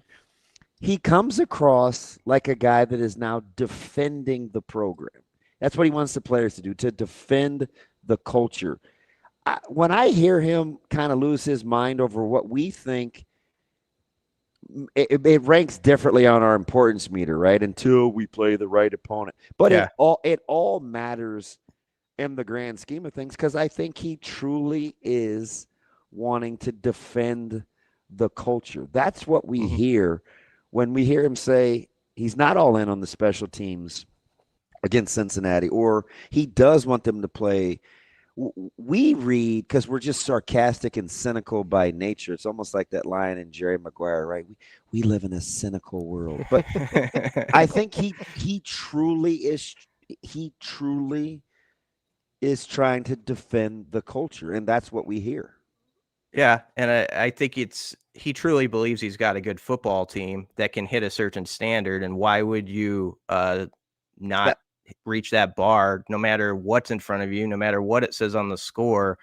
I mean, you only get 12 regular season games, and we talk all year about this stuff, and we go to an open practice and we observe like every little thing, and like, this guy has a quick first step and all that. It would be silly if you got to the games and every snap that a guy was out there didn't mean something to them, and actually to us kind of covering it. Like, we shouldn't just like take it for granted, that there's a football game in Lincoln, Nebraska at 11 a.m. on Saturday and it counts, like that. And so all those guys, like, every rep, they should be like, this is going on tape. This is going to be in front of my guys tomorrow, and it's got to be a good rep. You wouldn't half butt it during a Tuesday practice trying to win your spot. So why are you going to do it here? But I do like that, whatever you want to call it, it was a reminder. And there's some guys who are about to come into the game. Like, let's go now. This is your time. I don't want to see you acting like we're up 6 touchdowns, just play ball, play the snap in front of you and the man in front of you and do it well. So I really like the message. And I think it was pretty well received by the fan base, too, it seems like. That is our guy, Brian Christopherson, Husker 24/7. BC, appreciate the time as always. We'll talk to you next week. Yeah, thanks for having me, guys. Thanks, B. That is our guy, Brian Christopherson. We'll be back. Dracar Noir. With Andy Kendeigh from KETV. I guarantee he's a big, let's guess. AK strikes me as a... Seems like more of a classic type. Yeah, let's go with gray flannel. Well, I'm not familiar with gray flannel. Yeah. Big Burberry guy. He might be. He seems like he might be like a polo blue guy. Oh, is there such a thing? Yeah. Polo blue? Yeah, Ralph Lauren polo blue. I'm not familiar with blue. I knew red and green. Yeah, there's a blue now. I don't know. It might be new. I'm not sure. Relatively. I bought cologne in 4 years. Big Bath and Body Works guy. I was gonna say I like to do the Bath and Body Works stuff. I do still have some old school Geo. Yeah, I've got a couple colognes, but if I I want used to like to take my brother's hand-me-downs. switch the scents up, I'd go to get a little body spray from Bath and Body Works. Like when you want to Ravi? ask me a question. Yeah, except for it smells not gross. Unless Axe wants to sponsor us, then it's delicious. We'll be back with Andy Kendeigh. Our question of the day, Huskers wins on this season, over or under 9.5. Go Big Red, over! Have you looked at Matt Rule year 3? Come on. Baylor, Temple, over 10 wins. We're going 10-2, easily. I think we're going 9-3. Oh, we're going over 100% Nebraska all the way. I agree. Over 9 for sure. Because Jalen Graham's dad is the best. Grandpa, he's got it. We're going to be undefeated going to College Station, Penn State. Better be a whiteout. What's happening? Because the Huskers are coming, all right? Last year, they got to a bowl game. This year, it's a whole nother level, and that's getting 10 wins. Playoffs. I don't know about football. I know about beer. I'm a Hawkeye fan in disguise, so I don't comment here. I don't think they're going to hit 9 wins. I think we go 11-1 this year and go to the playoffs this year. Okay, we don't play Indiana. So, I mean, hey, 12-1, hey, that's my prediction. Over 9.5 wins. Hammer the money line. Skurs are back, baby. Skurs by 90. Let's go Big Red, huh? And remember, for the best sports book in Nebraska, be sure to visit Warhorse Casino in Lincoln and in Omaha.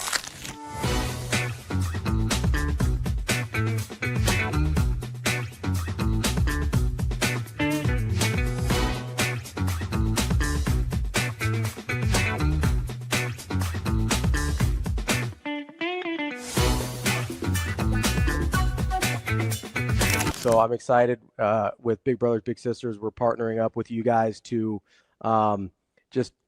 we've done this before in the past where there's been trying to get more Big Brothers Big Sisters signed up. This year we've got a special event. Before we get into that, I kind of just wanted to find out a little bit more about you and how you got involved with Big Brothers Big Sisters. Sure. So I have actually been working for Big Brothers Big Sisters of the Midlands for almost 2 years now. But before that, I was actually a big, and I have had a couple of little sisters in the past, over the past 10 years. So I've kind of seen it from both sides. I've been able to actually see the mentorship side, and got a lot of passion, obviously, for the organization at that point, and have worked in nonprofits for a long time, and they were hiring. And so I was so excited to be able to kind of come on board with the Midlands organization as well. So, yeah.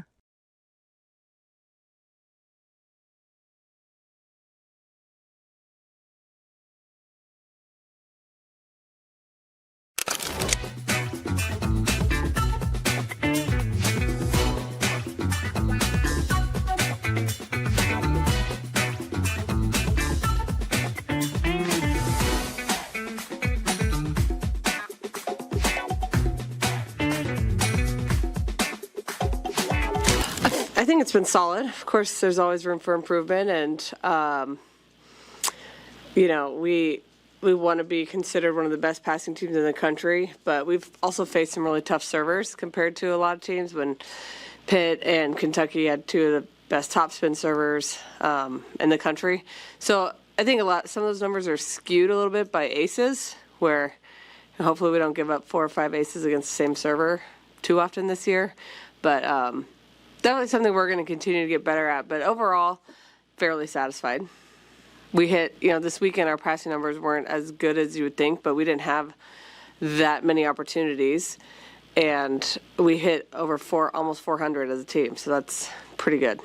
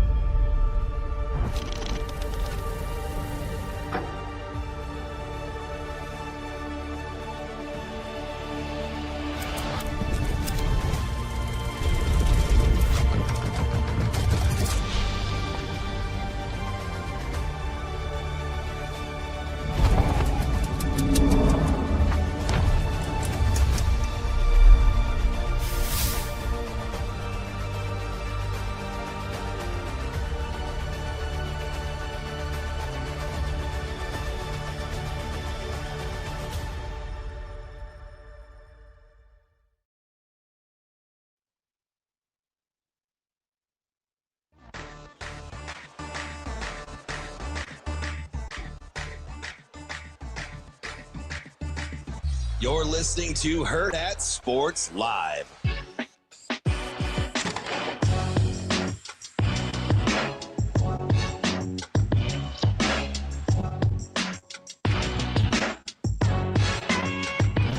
Welcome back, Hurrdat Sports Live. That's DB. I'm Ravi Lulla here at Hurrdat Sports Bar and Grill. Don't forget, you can always come to Hurrdat Sports Bar and Grill, watch whatever games you got going on, and they will always have great food and drink specials for you as well. Not quite as special, though, as our next guest, Andy Kendeigh from KETV. What's up, AK? Morning, boys. Hey, AK, how we doing? We're doing all right, DB. Let me just tell you, this little telestrator gizmo that you got going on the iPad for KETV, it is game changing. Listen, fantastic. Listen, AK, I now look forward. I mean, Lauren was cool. Don't get me wrong. But I actually look forward to seeing what she has cooked up, because you know what she does, and she's super creative, so she'll probably just keep this going. She gives me some options now. It's like, hey, I have 3 or 4 of these, or I have 2 or 4 of the, 2 or 3 of these. What do you? And we just kind of But here's the beauty of it: the telestrator is so DB dumb proof. I can do it quick. I don't even have to think. And it's not me. It's the what do you call it? It's the program. The program? Yes. Yeah. It is. Yeah. It is slick. And so I can work way quick. Yeah, it's pretty cool. It's the people who don't know, on Sunday nights, DB does a segment that he breaks down a play with a telestrator, and it's a program that Lauren pushed for and we purchased for the fall. It's just this technology that allows Damon to go on an iPad and literally show you what happened before the play happened. It's really, I don't know, for a guy who, I played very, very low-level football, but I learned something. It's pretty cool to see what you think about the play before it happens. I saw that Emmett Johnson run, that first run where he broke, and Heinrich's kickout block was thing of beauty, right? So I think real time I said, well done, number 10. It was just because he missed that the week before. 100%. And that's a physical play by him. That's something that maybe a month ago he doesn't make, but he did. But the one you did the week before on Cincinnati, and for people who didn't see it, I'm sure we have it somewhere, but was the play the interception by Malcolm Hartog in the end zone. And the way you explained it was, to dumb it down for an idiot like me, of course he baited him in because I can't remember who the corner was there. Just Sierra Wright. Yeah, Sierra on that. Yeah, Sierra Wright. And then Malcolm comes over. Yeah, Sorsby thinks he's open. For a split second he's wide open. In fact, I'm standing on the side on that sideline. I'm like, oh no. In defense, I also thought he was open. Listen, on the TV broadcast, I thought it was a touchdown. And I'll tell you guys both this. In cover 2, Malcolm was definitely pushing it. When he snapped the ball, Hartog was 6 or 7 yards depth. You prefer to be 10. Okay, but it got him the pick though, because he did bait it. He was awful close to the line of scrimmage though. Yeah, I was already shaking my head, balls in the air. I'm like, are you kidding me? This is how this game is going to end. Are you kidding me? And then all of a sudden, Malcolm makes the play of the day, and I'm like, oh, okay. But just the way that you said that, on the telestrator, you could see the receivers, and you blocked out where the DBs were. Yeah. And I don't know. I don't. It's just a cool little thing, and it's a cool little addition that we've added, and I think it really lends itself to what and you can explain it to people like me who don't know all the X's and O's. So I think that's pretty cool. Let me ask you something about being pretty cool, AK. Did you because the only time I saw you was getting food. Do you like the new? It's just week 1, but did you like the whole? Kind of peppers and the hot dogs and the onions and the Ravi's out on the banana pepper hot dog philosophy. But why would you do that to hot dogs? What did you think about the setup? Yeah, I don't know what the hot dog did to you. Why do you have to put peppers on it? Exactly. Really? Oh, there's 2 of you now. Yeah. Yeah. Hot dogs are plenty good on their own. We don't need to start doing weird stuff. if you want to throw sauerkraut on the side, I mean, maybe, but no, I'm not doing that. Give me a hot dog. It's fine. I actually was fine with it. Hot dogs and hamburgers, I'm pretty easy to please, and the price is right. So I enjoyed the new spread up there. My beef was, and here we go. Here comes whiny press guy. There's no post-game pizza, but whatever. What they say. They make the most improvements between week 1 and week 2. Oh, so maybe it shows up in week 2. Who knows? All right. Yeah, because you plan accordingly. If you had your druthers, AK, it's an 11 o'clock kick. What would you like on the old menu? Are you guessing breakfast pizza? Are we going to do the scramble? Like, what do you think? Give me some breakfast pizza. Well, what if they do like actually, burritos? Yeah, this is a big moment for Aramark, right? This is a big moment yes. to impress the media before an 11 o'clock kick. This is what people want to know about. I know that's for sure. Well, we'll get to the good stuff. That they're going to try to kind of roll out something impressive. I would think. I think there's options. I think that if what we've learned from Aramark is they like options. So they're not going to just give you one thing. They're going to give you multiple options. So I'm thinking maybe some kind of breakfast dish, eggs or something, or maybe an omelet or something. Not an omelet. No way. I was going to say. There's no way they do omelets. I'm just saying pre-made something or other. They pre-made burritos or pre-made breakfast pizza or pre-made eggs. Now I'm hungry. Yeah. So yeah, that's a good call. I never thought about the 11 a.m. thing because that was always an issue prior to this year. Because breakfast pizza, everybody's either on team breakfast pizza or not. I'm on team breakfast pizza. I'm fine with that. I'm going to slice it to me. It's okay. I get to know the staff so well. I was joking last week that the oatmeal raisin cookie is still like the poor wayward orphan. We saw monster cookies, sugar cookies, sucker doodles, chocolate chip, zero representation from the old oatmeal raisin. It's a travesty, Andy. Oatmeal raisin are I'm a disgusting. big oatmeal raisin are too. disgusting. What are we doing? I'm on team oatmeal raisin. Are you kidding me? I'm like, fantastic. You had me with the hot dogs. It I'm out on deserves oatmeal more raisin. respect. I'm out on the oatmeal raisin. It deserves more respect. Yeah, It does. I will say the cookie selection was lacking. So AK, let me ask you something about the units and the seeking perfection and not wanting teams to don't schedule Nebraska again. At what point did you think you were going to see some sort of drop off versus how the game actually played out? Because I couldn't remember the last time I saw 3 proficient quarterbacks in a game that looked like they were well coached. I got to go back to like Turman in Arizona State. Yeah. No, I'm dead serious. No, I think you're right. We've seen decent play from a backup very sporadically over Yeah, the years. it's hard to see a good backup when you know he's starting the next week. Mm-hmm.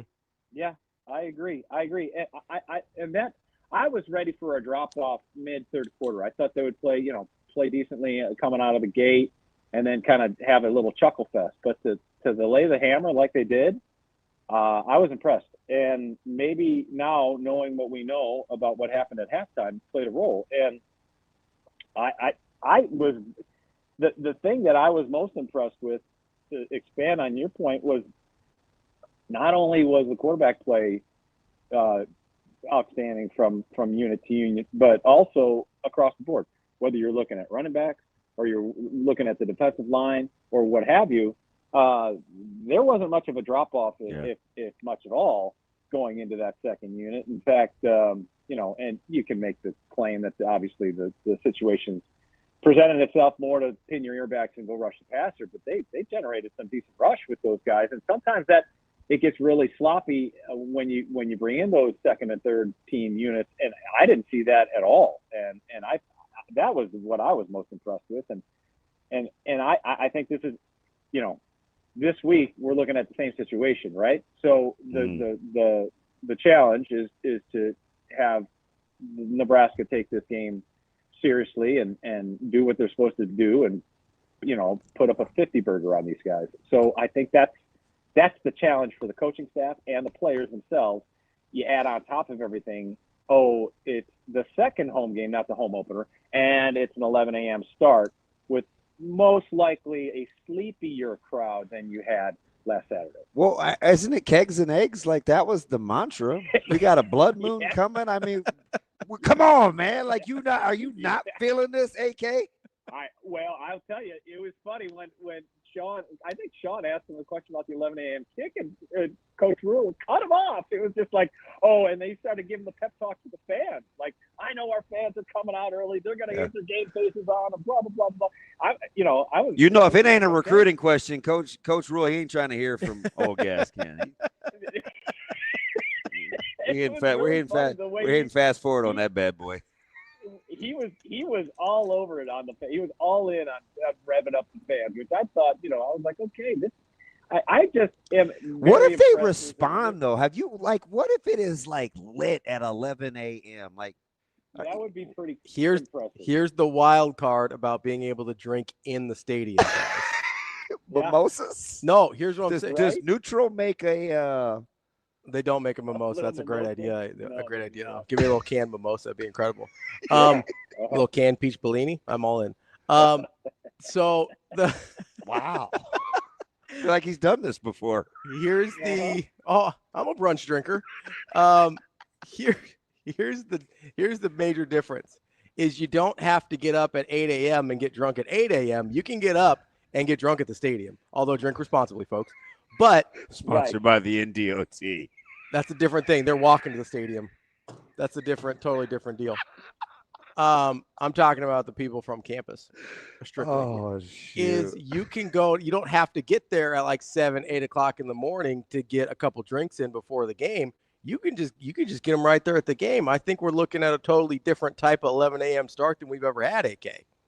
Well, I agree, and I do think that the pre-gaming will be more condensed because, man, Saturday it was spread out, and there were some fans that were lathered up knowing that what the price tags were when they walked into the stadium, and the fact that they weren't able to leave. I was impressed with the student section being as full as it was when it was, and how it sustained. It really did. So they got to get a memo, man. How is it that well coordinated? Like, what am I missing not being on campus anymore? Like, does Coach Rule send a memo like, hey, we got some big time guys coming. I'm going to need you guys in early. And they're like, oh, okay, cool. No problem, Coach. My daughters both were there, and they were there early. And because they just said they didn't want to miss anything. And I'll tell you, for two girls who, are football fans, but not like diehards, but they are really into this team. And they say that, there's chatter about this team, and that hasn't been said in years past. You know what I mean? Like there's chatter within the student body. And I think that's important. You get the students revved up, and Coach Rule made mention of it before. He's like, they know, Nebraska knows that the students are the future student ticket holders, like those. He said that on several occasions. He knows what he's. Yeah. I hear you. So I hear you. You instill that early, and these students now want to come back and buy their season tickets and donate, whatever in the future. This is where you kind of light the fire, and I think that's a very, very smart and terrific approach to sell your program. That's our guy, Andy Kendeigh, AK. Appreciate the time as always. We'll talk to you next week. Fellas, be good. DB, we'll see you bright and early for breakfast burritos or whatever the heck they're going to serve. You got it, man. I'm going to be hiding out in that place with the big red door. Come say hi. Okay, we'll do. Thank you. All right, AK. That's our. Do you know why they painted the door red? So you wouldn't get lost. Wow. That's a challenge. Am I wrong? I was just going to say because it's been dubbed the Greg Sharp radio booth, but sure. My bad. That, too, it isn't easy. The lady on the elevator, she goes, well, at least you know where you're going now. That's fine. Is that the same lady that was giving you a hard time about the lanyard? No, she's different. I'll show her to you. Yeah. Yeah. She's regular. Yeah. Yeah. Is she the one right when you get off the elevator? Yeah. Yeah, okay, I know who she is. Yeah. Yeah. 100%. See, I'm real nice to those people. So you know what I started to do, but I knew she was kind of joking with me? What's that? Like a couple of years ago, I told her I liked her glasses. Mm-hmm. And I didn't know if she would remember, but as I was walking away, I was like, I'm going to take back that glasses comment. I was just going petty for petty. 2 years later, you're keeping receipts on It's a little a longer than that compliment. too, but yeah. Yeah. It's about as long as you left that shrimp pizza out. That is so not Is the booth the only room with that has a red door? Yes. That surprises me. I mean, it really does. No, it's great for me because in a hurry, like when you only have like a minute 30 for a commercial break and you're like sprinting, I've ran past that door probably 3 times. So I wasn't totally wrong. I mean, in like 4 years. I mean, you've been going there 4 years. You still don't know which door it is? You can kind of miss it. I'm just saying. That's fine. That's fine. It happens. Happens to the best of us. Whatever. I don't really like the cut of your jib this morning. All right, Walt Kowalski. I like the cut of your jib. I just don't. I should ask TK where that came from, but he'd tell me to Google. Yeah, he'd be Do you like his passive aggressiveness? Yeah, he sounded like severe. Well, you could just Google it. I did wonder. That dude was on a roll last night. I did wonder if it was a just mispronunciation of Medlin? Of Midland? Middling. Yeah. Midling. Not Midland, like formerly Lutheran. Well, I think it was Ken. Somebody said either pronunciation is acceptable. Todd said it, but it's because when the mispronunciation of a word becomes as common or widespread as the actual pronunciation, then they will add it to the dictionary, even though it's originally incorrect. Oh. The more you know. Right. Do you like the smell of your lotion? No, it's terrible. Good. I'm very mad at you. I'm glad you like it. Not a fan. I'm not either. I just need it. I just told you, man, that soap is just drying my hands out. I feel ashy. Right, but if you put the lotion on your hand and then rub it off on somebody else, it doesn't actually help you stay moisturized You probably that prefer much. it in the basket, don't you? You're the serial killer guy.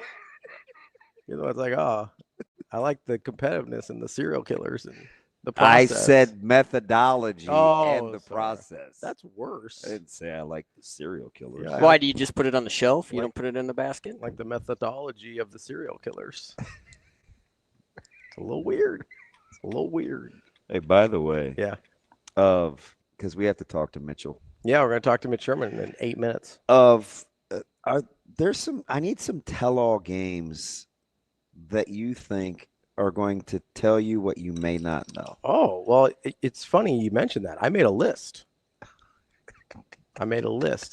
Because sometimes I know you don't think I work very hard sometimes, but sometimes when you say things and you're like, oh, it'd be fun to get to something like this, I remember it.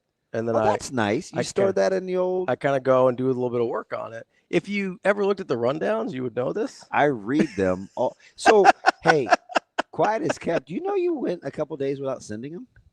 Did I? Well, the last one I got for this week was Friday, as of yesterday. They're being sent. You're just not getting them. Well, where are they at? In Teams? No, they're in the old inbox. We do know you've had some email challenges in the past. Correct or incorrect? Oh, why are you bringing up old stuff? Ravi? That's going to never get old. Brian? Because that's how I want to talk to you when I think you're acting like an idiot. Okay, so Tuesday it went to Rico, Austin, Sasha, DB. Wednesday went to Sasha, DB, Rico, Austin. Monday. Let's see what we got for Monday. I'm going to guess I sent it to everybody. Oh, and I can give myself the same grace. I get that they're not coming to you, but there's a disconnect between me sending it and you receiving it. But I'm just saying, like, you make it seem like I can't read. No, I'm not saying you can't read. I'm saying there may be an issue with your email. Like we've had issues with the email in the past. Well, I don't know. I get everybody else's. How many emails you get on your work email? Although maybe I'm doing something wrong. I don't have anything past the 5th. That's what maybe it's like your inbox is full or something. Maybe I have to delete some stuff. How about all of them? I mean, that's probably fine. No, you're exactly right. Thank you, Coach. That's probably fine. Go Satterfield, no? Did you want to know what games that I was thinking about? No. Okay. Yes. You're such a pouty baby. Golly, I don't even know. Rose and I are going to have to talk about that. Like, she did this. She did. The whole mama's boy overcoming, like, making sure that the blood sugars were good, have really softened your soul. Like, you are kind of a sucky baby. So sometimes you say I'm too mean-spirited. Well, that's your defense mechanism. Harsh, and then sometimes I'm too sensitive. So you got to kind of pick one, DB. It really can't be both. Difference between being a prick and your defense mechanism. All right, I'm going to give you a list real quick, and we're going to talk to Mitch here in a minute. But I'm curious. Shane, I assume we're not taking a break, so you better tell the boys back at the hub. Oh no, we're taking a break. Okay, let's take a break. Hey, I don't want Rico. You know he's not going to act right the rest of the time, Shane, because you just cut him off. I don't want Rico mad at me.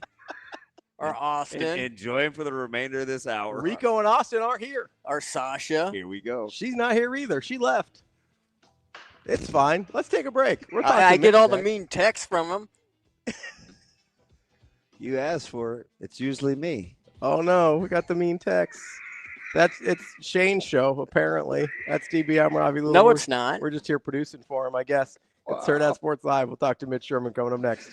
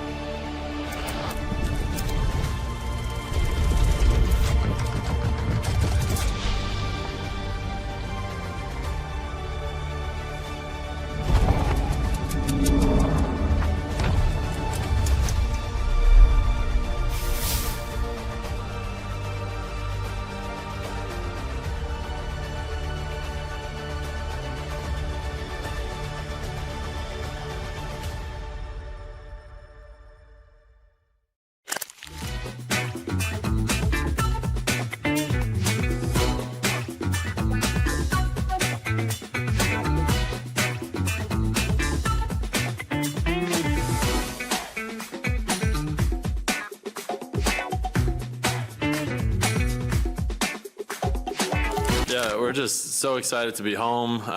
3 straight weeks we get to be here, so really excited about that. The back-to-back road trips were definitely a toll on us as coaches, on our players. Felt like we just got back from Madison and then just turned around and got on another plane. So happy to be home. We have the best fans, and I think that was something that this weekend really reminded us is how grateful we are to have the support and the community that we have, and to get to play in front of a sold-out Sokol Arena this weekend is something we're really excited for. I thought highs and lows this weekend. Again, still fighting to be more consistent as a team. Something that we're going to continue to get better in the gym with, but love that we're playing the best teams in the country. I know UC Santa Barbara is now rightfully receiving votes. San Diego, I think, is a top 30 team as well, and so we're just going to continue to play the best teams we can play, and we'll do that again this weekend.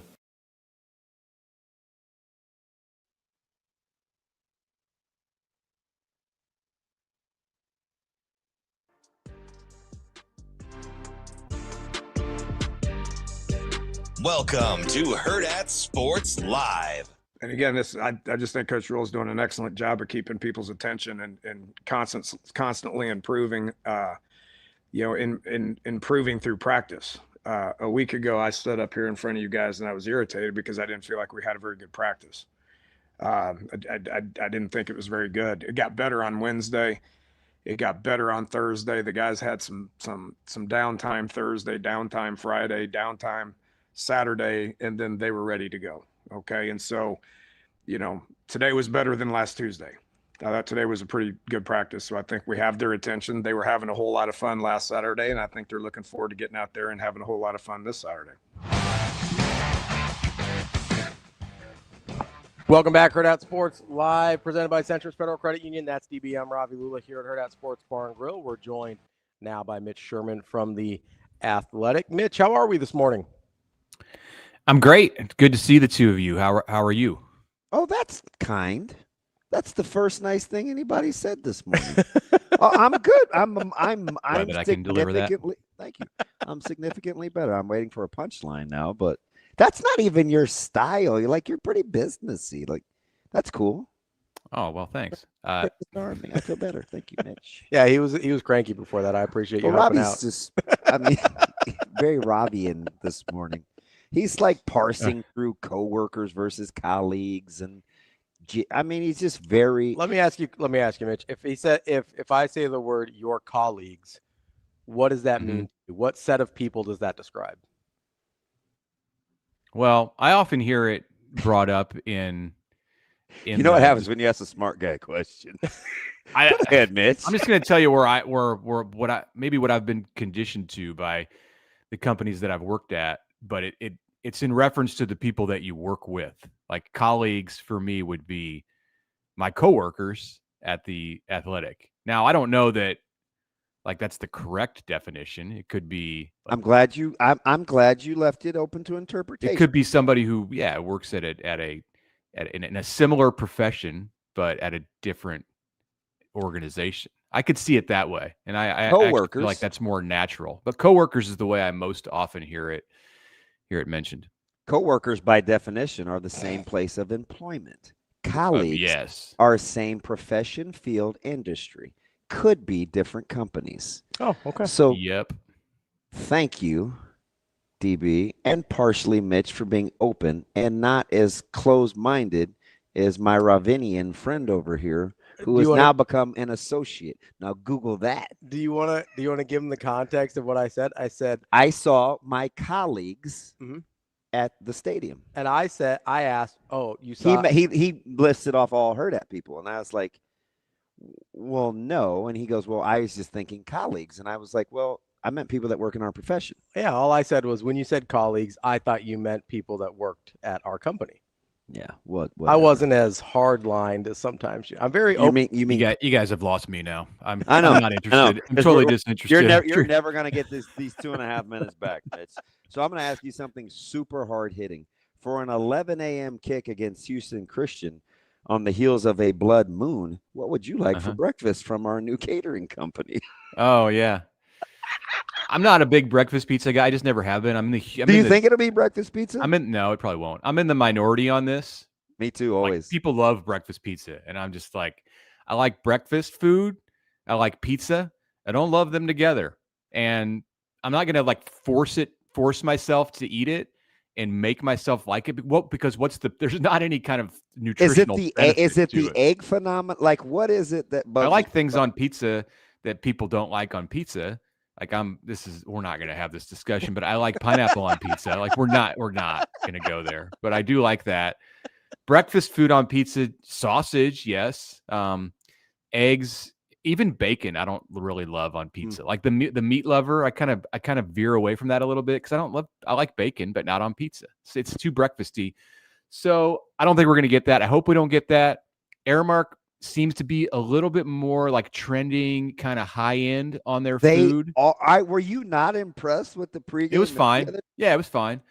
Sometimes I might want the low end food, but it was fine. The salad was a little too uppity for me. It was the spinachy salad. I just want the iceberg, the good old fashioned salad. Weird. When you start serving vinaigrettes with my salad, I'm out. Give me ranch. I need the ranch. Yeah, for sure. I think it's going to be. I think we're going to get. I think they're going to give us breakfast food because people are generally eating that at 9:30 in the morning for an 11 a.m. kickoff. I think we're going to get eggs and bacon and sausage. How about that? That'll be interesting. I'm color me curious. Let me ask. Be like staying at a Spring Hill Suites. You're gonna have a little waffle maker for you. Just turn that thing over. You might. So and it'll be beeping, and yeah. Waffle's done. The little conveyor belt thing. All right, Mitch, let me ask you something, because this may be.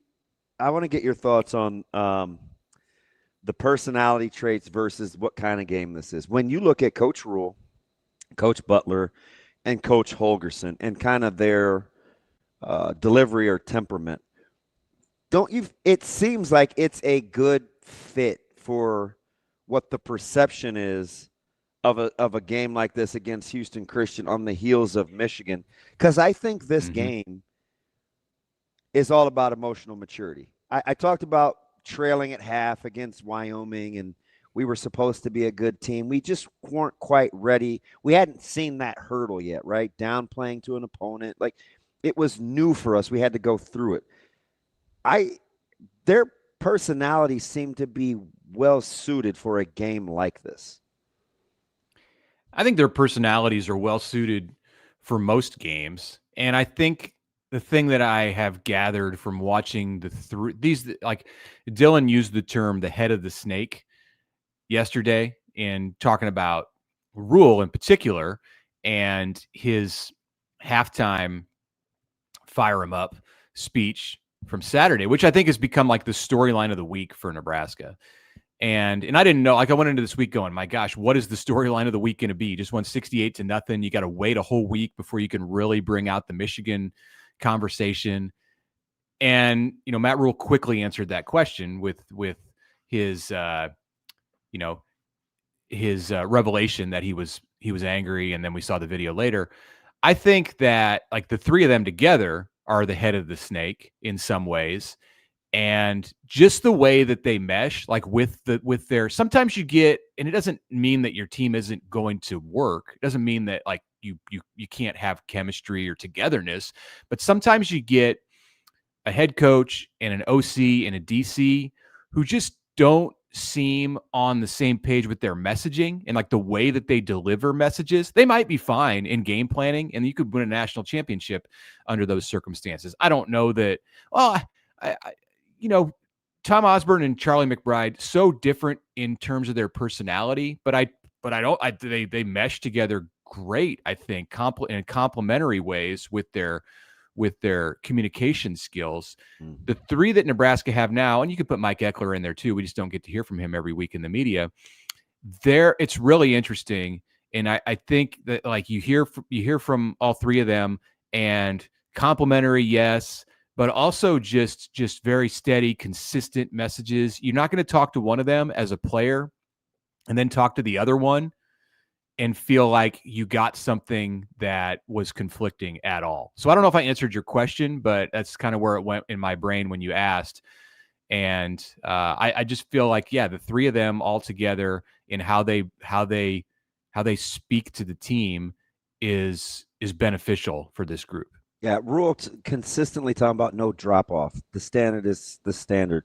Coach Holgerson going day by day about practice efficiency, right? Like, and then you hear Coach Butler say, listen, from scheme to personnel types to how I call the game, this is what we're looking for, and it's about playing.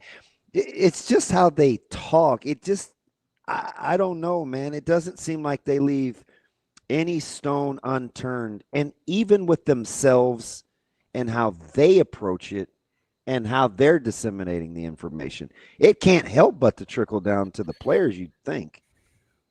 Yeah, because then the players start to adopt that, and they say personality, and there's not a big. And again, like, does this mean that you're going to win more games? I don't know. It can't hurt to have consistency in the message and just consistency in everything, in the way that you get from them. You're not going to get like a real high. It does build in accountability, though. It definitely builds in accountability. Yeah, it's kind of an ambiguous thing. Like, there's not really a way to put your finger on like what the impact of that is going to be, at least from my perspective. There probably is, like, the players could speak to that because they hear from these three, and and four, if you put Eckler into it, they hear from them probably more than anybody, like in front of the whole team, or in front of like the offense and defense, like half the team. So yeah, I think there's a real value to it. It's something to like continue to watch as the season goes on, and to be most valuable for them when they're going through a moment of adversity, like 68-0. You probably don't get to that point if you have like inconsistency in the message being delivered to the players, but if you do, and it's not necessarily going to hurt. Like when they get into the Big Ten and they're in this slog of games that are just expected to be competitive and close every week, I think that's when it really becomes of increased value to know what you're going to get, no matter who it is that the coach that's standing in front of you is. Mitch, do you think, you said something there that kind of caught my attention about, does that mean you're going to win more games? And you say, well, I'm not sure, but it doesn't hurt. And I think we think that about a lot of the things we see from this coaching staff, right? We're like, hey, I kind of like how they do this. I don't know if it leads to more wins, but it certainly can't hurt. And I like the way they're operating. And there's 100 of those things, right? And I just feel like at some point, like, yes, any 1 or 5 or 10 of those things don't necessarily mean you're going to win games. When you put them all together, like I feel like there's a tipping point at some point. Was it like week 1 or 2, Mitch, where he gave, what was the innocuous example? And he goes, well, what does that have to do with winning? Nothing, but everything, right? That was like 2 years ago. Yeah, he was talking about the box in the hallway, right? He goes, picking up stuff. Yeah. And so he's right. Like picking up a box in the hallway doesn't mean that you beat Michigan in 2 weeks, right? But if you add that in with all these other things we're talking about, like it just feels like at some point, and maybe that's why he says, I don't know, I'm sure there's a question in here somewhere, you can find it, but like maybe maybe that's why when he says like, hey, like I do it faster than 3 years if I could, maybe that's just the time that it sort of takes for it to actually tip from, I don't know if this leads to more wins, but this is the right way to go about things. Like maybe the third year is when you've accumulated enough of those things. The defense of the program. This is probably a rhetorical question, but would Matt Rule have gotten up in the locker room and delivered the message that he did in week 2 of year 1? Probably not. Like no. Yeah. You have to know him, and like the foundation has to be in place before you put yourself in a spot where it's 33-0 and you're lighting them on fire. Like it would have been a much different message if they had been in that spot. And there was thinking back to 2023, there was a game against somebody where Nebraska was in a comfortable spot at halftime, and they got a much different message. And in that game, I'm sure he could have found more reasons, or just as many, to nitpick about something. I mean, he was nitpicking about a few plays in the last 40 seconds of the half, or how Nebraska didn't instill enough fear in its opponent so that they just sat on the ball, or were fearful to cut the O lineman when Nebraska did the kneel down. Like that's you're reaching a little bit to find that, but it's great that he does it. I just think that they're all of these things, like talking about. I think at some point Rule mentioned in year 1 about the importance of the locker room being clean. And you don't want to walk into the locker room and see stuff all over the floor, and it's it's like the box in the hallway. You're not going to win a game because of that, but it's all about what you present as a program, and it's what all of those details are so important to him. And if that's important to him, then clearly messaging and like tone and just communication skills from the top all the way on down through the coordinators and the position coaches, like you have to have their personalities, and they're not all going to have the same personality. Certainly Butler doesn't have the same personality as Rule or Holgerson, but the way that they get their points across to the team needs to have consistency. And that's not a small thing. That's a big thing that does, in the end, like in a roundabout way, equate to giving yourself a better chance to win. Yeah, it's fascinating. I talked to you, this is a handful of weeks ago, Mitch, and I said, one of the cool things about the CEO status is Coach Rule gets to put his individual fingerprints on a practice whenever he wants to, right? He can pull over Keona Davis or Justin Red or Amari Sant or whomever, and he can pour into them. And I'm like, the more they get his personality, the better off I think they'll be. I was talking to the guys yesterday, and Grant and Jay Moore about he gave practical when he said, I'll just tell you, this is just like the former player. When he said, don't schedule them again, they don't respect you. The fan, like if I didn't play, I would roll I'd be like, come on. But the player in me and those guys to a man were like, that was the goal.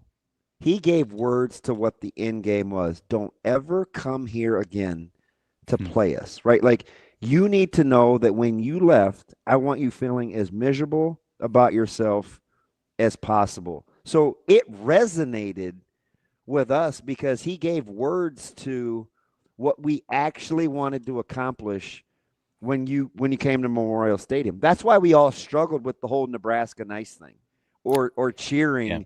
For, you know what I mean? Like, if you ask us, it's cool to talk about, oh, it's nice. But as a player, it's like, get your ass up out of here, get your luggage, get back on the bus, don't come back. Like, when he said that, we were like high-fiving because that's ultimately, as a player, what you're after. He hit. I wonder where that came from, because I don't know, but he was spot on. I don't think it's the mentality at Temple. I don't think he got that there. Maybe at Penn State, they felt that way, and it could be something that Paterno instilled. Although all the conversations that I've had and that I've heard other people have, whether it's in a press conference or on the side with Matt Rule, that's never something that I've heard come up until last week. And maybe it's just because he hasn't been in a situation with a team at Nebraska where you could do that to somebody, where you could demoralize an opponent. Like, most of their wins have been struggles, and they certainly haven't won a game 68-0.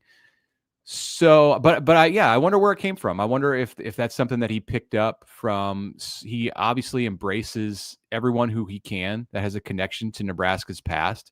And maybe he picked that up in recent years. Most of the stuff that we hear from him, the OOU and his single digits and all of that, like, it started early in his development as a head coach. But he is definitely a believer that you continue to learn. And here he is at 50, perhaps like picking up something new. And maybe that's something new. Maybe that's a talking point that he's not had. I don't imagine that he had that conversation a lot with the guys at halftime at Temple or at Baylor, and it's nonsense. It doesn't make any, it doesn't work, apply in the NFL. So that could be totally new to Nebraska, the Matt Rule at Nebraska. And, maybe he heard it from, somebody that, that like somebody like a Grant Wistrom. I'd be interested to ask him.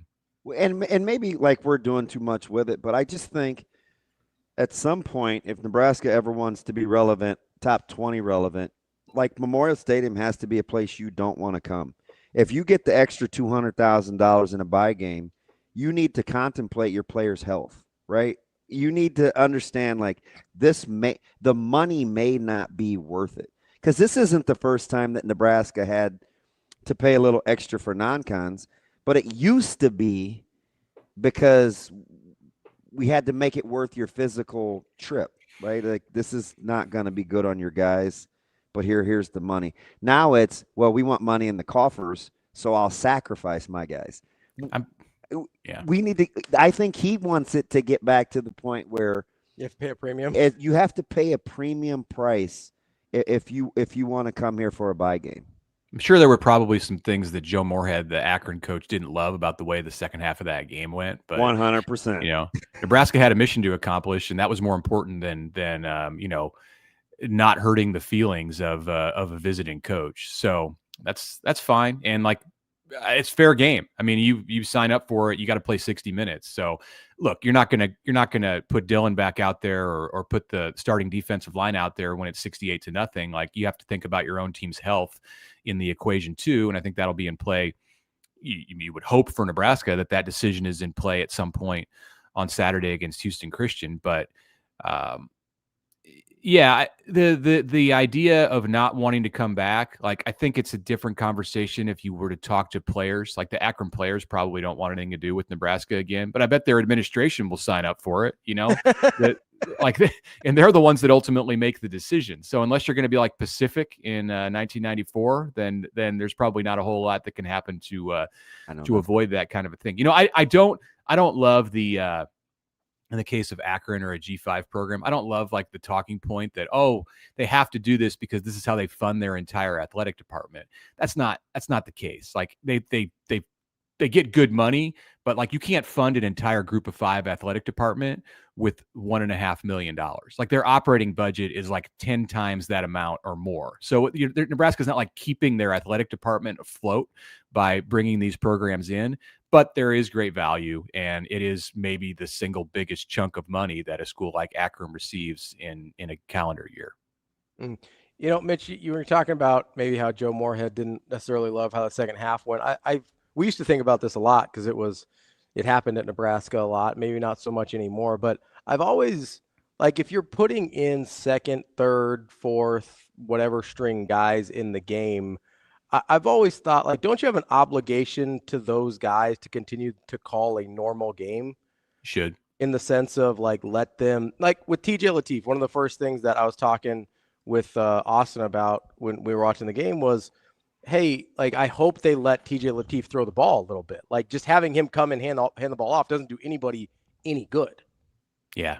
Holgerson's perfect for that because he I think errs on the side of being aggressive there. Like, he doesn't care. He's not thinking about, oh, how is this going to, affect the psyche of the other sideline? It's not his MO. It has never been his MO. It's not how he coached as a head coach or an OC, at Texas Tech or Oklahoma State.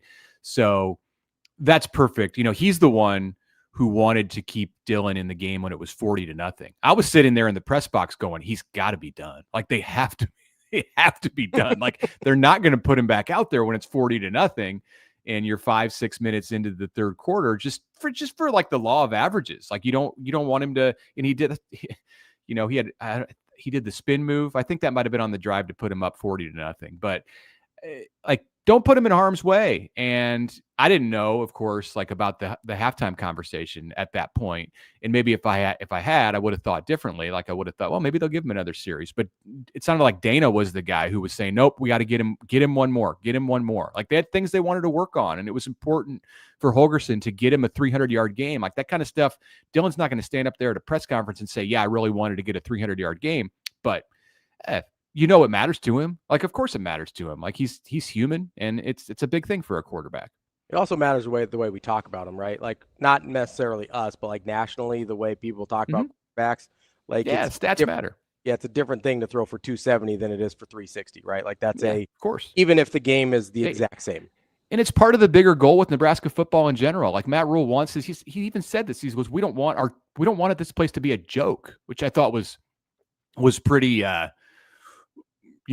Was pretty bold. But they want to be known as a football place, I think was his quote. And if you have a quarterback, maybe you're padding his stats, whatever, like other teams do it too. If you got a quarterback who going into the month of October is getting mentioned in the Heisman conversation, that helps Nebraska in a lot of ways. So he's, if they can do whatever they can do to create that scenario, they're going to jump at it. Are we going to act like Lagway didn't get buzz after what they did against LIU and in his 18 minutes of play? Like, they absolutely did. And then last week happened, and Sellers still has yet to get off to a good start. So I'm just telling you, I don't have any problems with it, to be honest. There were only 6 shutouts in all of college football this past weekend. 6. And it was a dirty dog doo-doo schedule. Yeah, like, right. There wasn't a lot. You know what I mean? There were plenty. There should be a lot in week 2. Yeah, you'd expect a lot. And there weren't. So I don't have any. I mean, tell that to Iowa and Albany 2 weeks ago, right? Like, we do this thing where we downplay competitors, and the funny thing is, we don't want the players actually doing that, right? Like, as fans, you don't want the EKG of intensity. Well, you saw them after the field goal block and how excited they were. And that's all about the shutout right there, because the game was not in doubt. And if you give up 3, like, it's not going to matter in as far as the the outcome or like really much of anything moving forward, but they wanted the 0. Like it had been a long time. And even if it hadn't, even if they had a shutout in week 1, they would have wanted it just as much in week 2. You know, he's always got something up his sleeve for motivation or to buzz. Mm-hmm. What is it that you think it is on Saturday? Going into the game, I think it's going to be a continuation of the message that we've heard this week. Don't let up. Take care of your business. I don't care about the score. I care about the tape. Like it's a continuation of what happened last week. Now I say that, and he'll probably come out with something much smarter and much more developed, because that's he spends part of his time doing that. I don't know if maybe if he's got an inner circle that he sits down with after a game or before a game, and they talk about like what the motivational tactics are going to be. It would seem that he might, because they're always seemingly genuine and authentic and unique and well planned out. Just like you asked me that question, and I haven't thought so much this week about what's Nebraska's motivational tactic going to be in week 3 against Houston Christian. And I just say, probably a continuation of week 2. Take a step back. Now, it probably won't be a continuation of week 2, because Matt Rule's thought about it a lot more than I have, and he's got smart people thinking about it with him. So I'm sure they'll come up with something. I don't know what it'll be. Give me 3 hours and like a panel of people, and maybe we'll figure it out. That's Mitch Sherman from The Athletic. Mitch, appreciate the time as always. Good talk today. We'll and even if you get that pineapple on your pizza, it's all right. We'll talk to you next time. Thanks, guys. Thanks, Mitch, the traditionalist. I actually don't even mind pineapple on pizza. Like I'm not gonna kill him on that. Well, not a big warm fruit guy. Yeah, you don't like fruits and vegetables in general, though. Maybe it's backwards. I like your meat cold and your fruit hot. Yeah, it should be that. All right, go. It's not funny. It's a little funny. You've grown this whole bit like I embrace foodborne diseases, and I don't. I don't think you willingly embrace them. I just don't think you actively avoid them. Tomato. Don't forget, you can call it tomato, whatever you're doing, though. Just if you're hanging out with big brothers, big sisters, you get a little, make sure you get them, make sure you get them a little pizza, maybe a little ice cream, go to a ball game or something. It only takes 4 hours a month to make a difference. And the littlest moments can have the biggest impact. Try not to give them food poisoning, but go hang out with them a little bit, have a good time, and make a big impact. bbbsmidlands.org is where you can find out more and sign up to be a big. We'll be back. More Sports Live. Our question of the day, Huskers wins on this season, over or under 9.5? Go Big Red, over! Have you looked at Matt Rule year 3? Come on. Baylor, Temple, over 10 wins. We're going 10-2 easily. I think we're going 9-3. Oh, we're going over 100% Nebraska all the way. I agree. Over 9 for sure. Because Solid. Jalen Gramstad is the best. Grandpa, he's got it. We're going to be undefeated going to College Station, Penn State. Better be a wideout. What's happening? Because the Huskers are coming, all right? Last year, they got to a bowl game. This year, it's a whole nother level. And that's getting 10 wins. Playoffs. I don't know about football. I know about beer. I'm a Hawkeye fan in disguise, so I don't comment here. I don't think they're going to hit 9 wins. I think we go 11-1 this year and go to the playoffs this year. Okay, we don't play Indiana. So, hey, 12-1, hey, that's my prediction. Over 9.5 wins. Hammer the money line. Skurs are back, baby. Skurs by 90. Let's go Big Red, huh? And remember, for the best sports book in Nebraska, be sure to visit Warhorse Casino in Lincoln and in Omaha.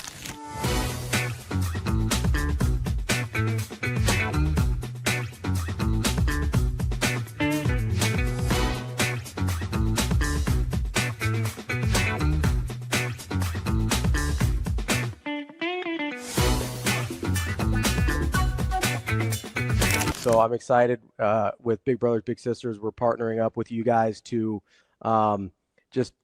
we've done this before in the past where there's been trying to get more Big Brothers Big Sisters signed up. This year we've got a special event. Before we get into that, I kind of just wanted to find out a little bit more about you and how you got involved with Big Brothers Big Sisters.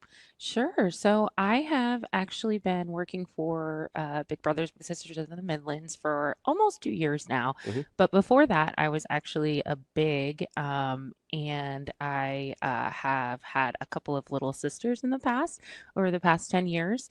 So I've kind of seen it from both sides. I've been able to actually see the mentorship side, and got a lot of passion, obviously, for the organization at that point, and have worked in nonprofits for a long time, and they were hiring. And so I was so excited to be able to kind of come on board with the Midlands organization as well. So, yeah.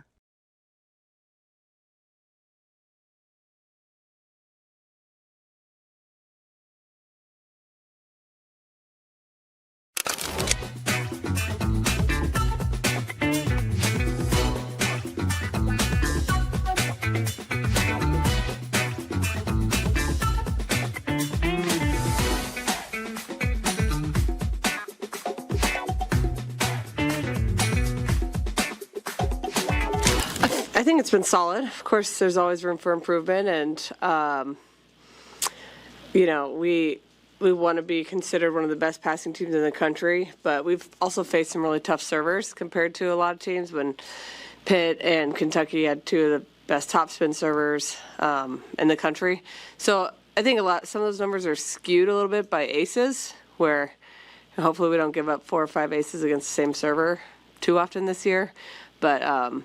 Definitely something we're going to continue to get better at, but overall, fairly satisfied.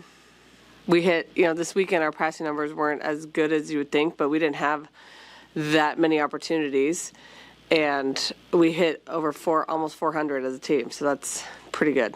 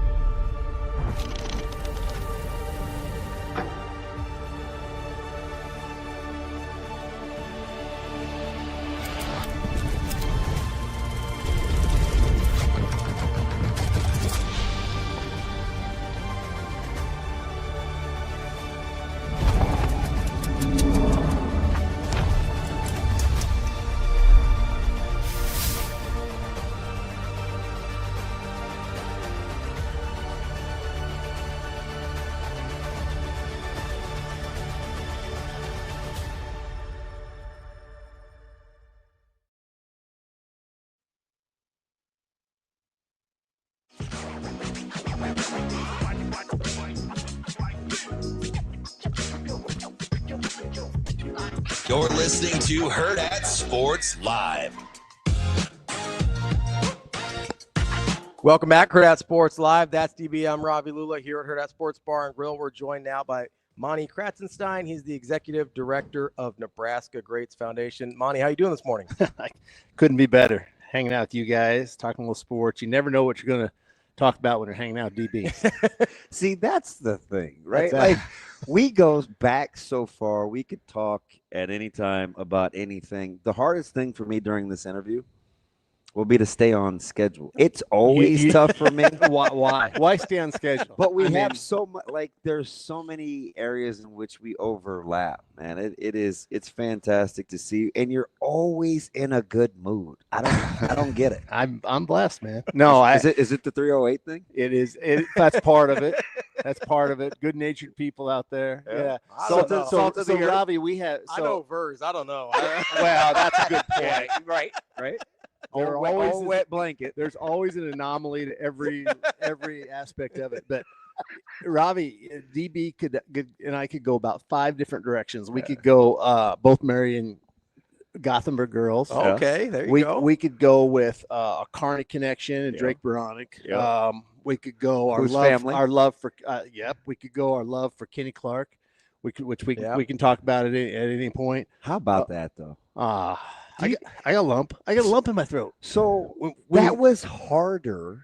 So Quinn, that was harder than anything I was going through with Caleb real time. Isn't that something? How you see something like Caleb that? probably doesn't appreciate that. He knows. He knows. If he doesn't know by now, he's that a smart was harder than you saw that, and it's like there's certain things that just strike you, and you saw him, and I'm like, oh, that just gets you. I had to awesome. I had to pause, and I'm thinking to myself, there's only two guys really that I grew up had a strange affinity for. It was Roger Craig and Kenny Clark. Yeah, and with KC it was, and because I mean you broke the huddle with him. It's whether it was the balance or it was always going to be the other guy, and you just couldn't unseat him. It didn't matter who he played against. He was the consummate competitor, and he said very few words. You couldn't get him to say sick him. It was just he was fantastic. Omaha Brian too. Oh yeah, he was a bear. So I met him at the Shrine Bowl in 1985. He was on the other team, but then and he was one of the last great I-backs that went through the freshman football, red shirt, and then away you go. I mean, he was one of the last ones to really do that, because I think, because the guy after him was Calvin and Derek and those and the guy guys, before him was supposed to be Doug DeBoe. I mean, he saw it all old school. And oh, by the way, the reason why I got involved, first time I ever heard about the Nebraska Greats Foundation was at Kenny Clark's funeral. Which I was part of that procession. Yep, Salem Baptist Church. Yep. I drove from Kearney, Nebraska, and I didn't know anything about that. And the foundation was just a couple guys trying to raise some money at that point. And walked in there, and there was a lot of our guys were there, and somebody said, hey, there's this group that raised a little bit of money to help out a little bit for this funeral, and I learned about it, and then met a few more people, and away we go. And you saw one of the most difficult roundabouts in the city of Omaha off the 42nd Street exit between ILQ.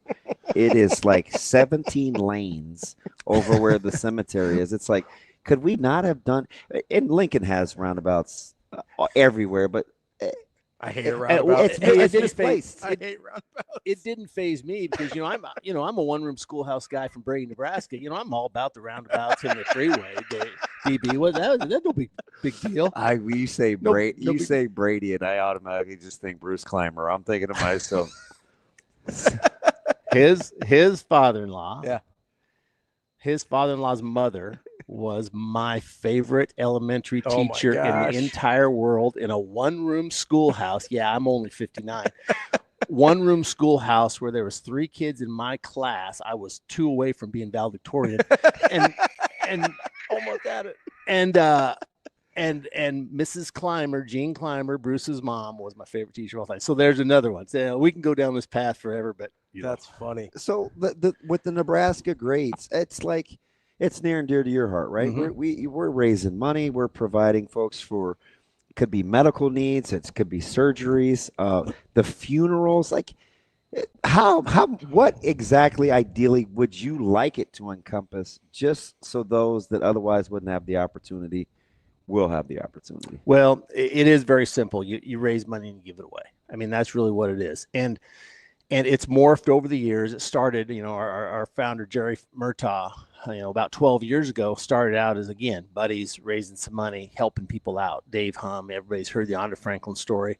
And that's how it started. But as with most things that are really good, they just grow and they have their own sort of organic momentum that goes along with it. And then, a board of people, a board of great people got involved. And then really last year, I've been on this board for about six years. And last year, we needed some restructuring. We needed a little bit of they needed an executive director. Jim Rose did a very nice job for 5 years and he's a talented individual raising money. He left the operation, and we just needed some help in the day-to-day operations sort of thing. And so I said, when Bruce Rasmussen and Eric Crouch and Boyd Epley and those kind of guys say, hey, can you do this part-time? And I absolutely, yes. Yeah. And that's why we do it. Now, to go back to answering your question, we have grown the thing. We've helped over 70 some recipients. Josh Jones. You get our website. And from the Nebraska, University of Nebraska, and the Creighton, Josh Jones are the headliners.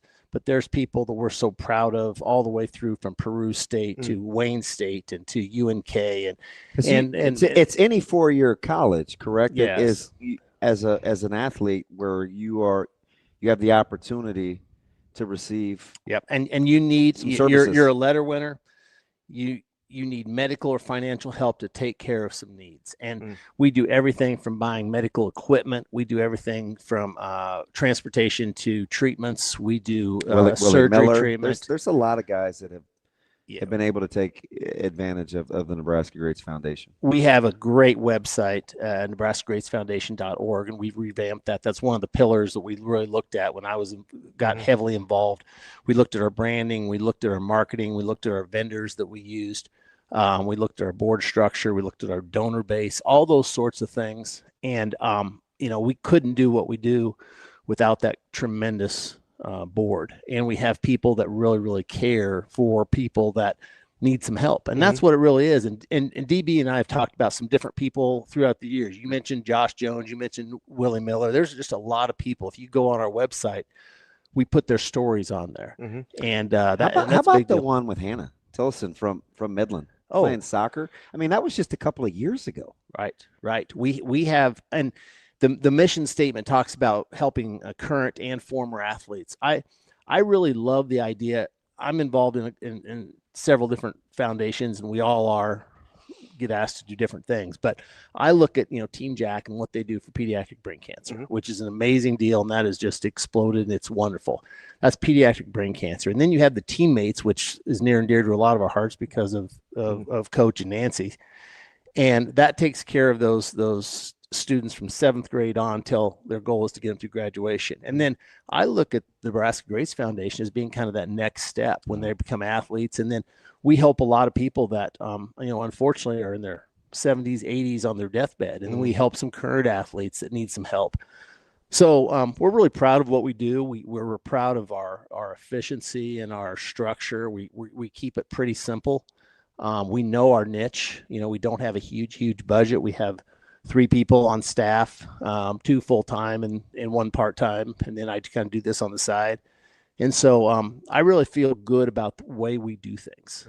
Well, and that's one of the things you think about with Nebraska, right? Is you've got this, it's one of the few places that cares so much about their athletes, not just when they're playing, but for the rest of their lives, right? I mean, it's a place where we try and take care of the people that mean a lot to us, and a lot of times it ends up being athletes. This is a formal, structured way that people can be involved in that, Super right? practical, really practical. Instead of just being like, oh man, I hope that guy's doing okay. Because I know how, I hear that all the time. You're talking about, oh, you remember this guy? It's like, oh, I wonder what he's doing now. Right? We do that all the time, and we'll sit down with former players. I had dinner Jerry Godowski last night and his wife. They're back in town. We talked about that a little bit. He's working over at Midland, and we sat down. Hey, have you talked to so and so lately? What's so and so doing? And I do that I'm very fortunate to have stayed connected to a lot of people throughout these generations through the different things that I do, and it's always that. That's how we get our referrals. We like to do things like this, and we appreciate Hurrdat Sports for letting us talk about it. But it is really, hey, have you talked to someone? Yeah, he's not doing so well. Yeah, that's how we stumbled into Jay Sims. 100%. 100%. That's what it is. Because remember, these are people that, they're proud.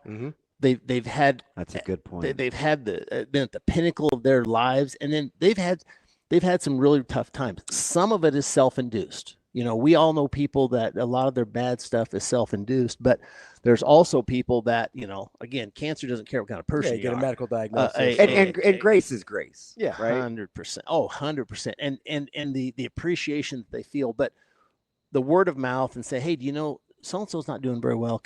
Think you can give them a call? And we have a process in place with Sandy, our recipient administrator, that she goes out and she talks to these people. She gets to know these people. She loves on these people. And we have a board that's willing to listen to these stories. We have physicians who look at their medical records and say, hey, is this legitimate? Is this what they really need? We look at their financial records to make sure that, they really do need some help. And, again, the processes are in place. We love it. It's a good thing. And, sometimes selfishly, it kind of feels good to help people. Yeah, that's fantastic. And near and dear to my heart, I just talked to him. I joked earlier in the first segment that I just got a hug from him Saturday, and I was ill prepared for. I didn't bristle up enough. I thought he was going to snap my clavicle. You've got an event coming up with Coach Manning. He was on a recruiting visit with a couple of wrestlers in town. With Isn't Troy he Dan. the best? He the is. best? There's a few people, right, where you come in contact with him, you spend a couple minutes talking to him, and you leave and you think, I probably need to be a better person.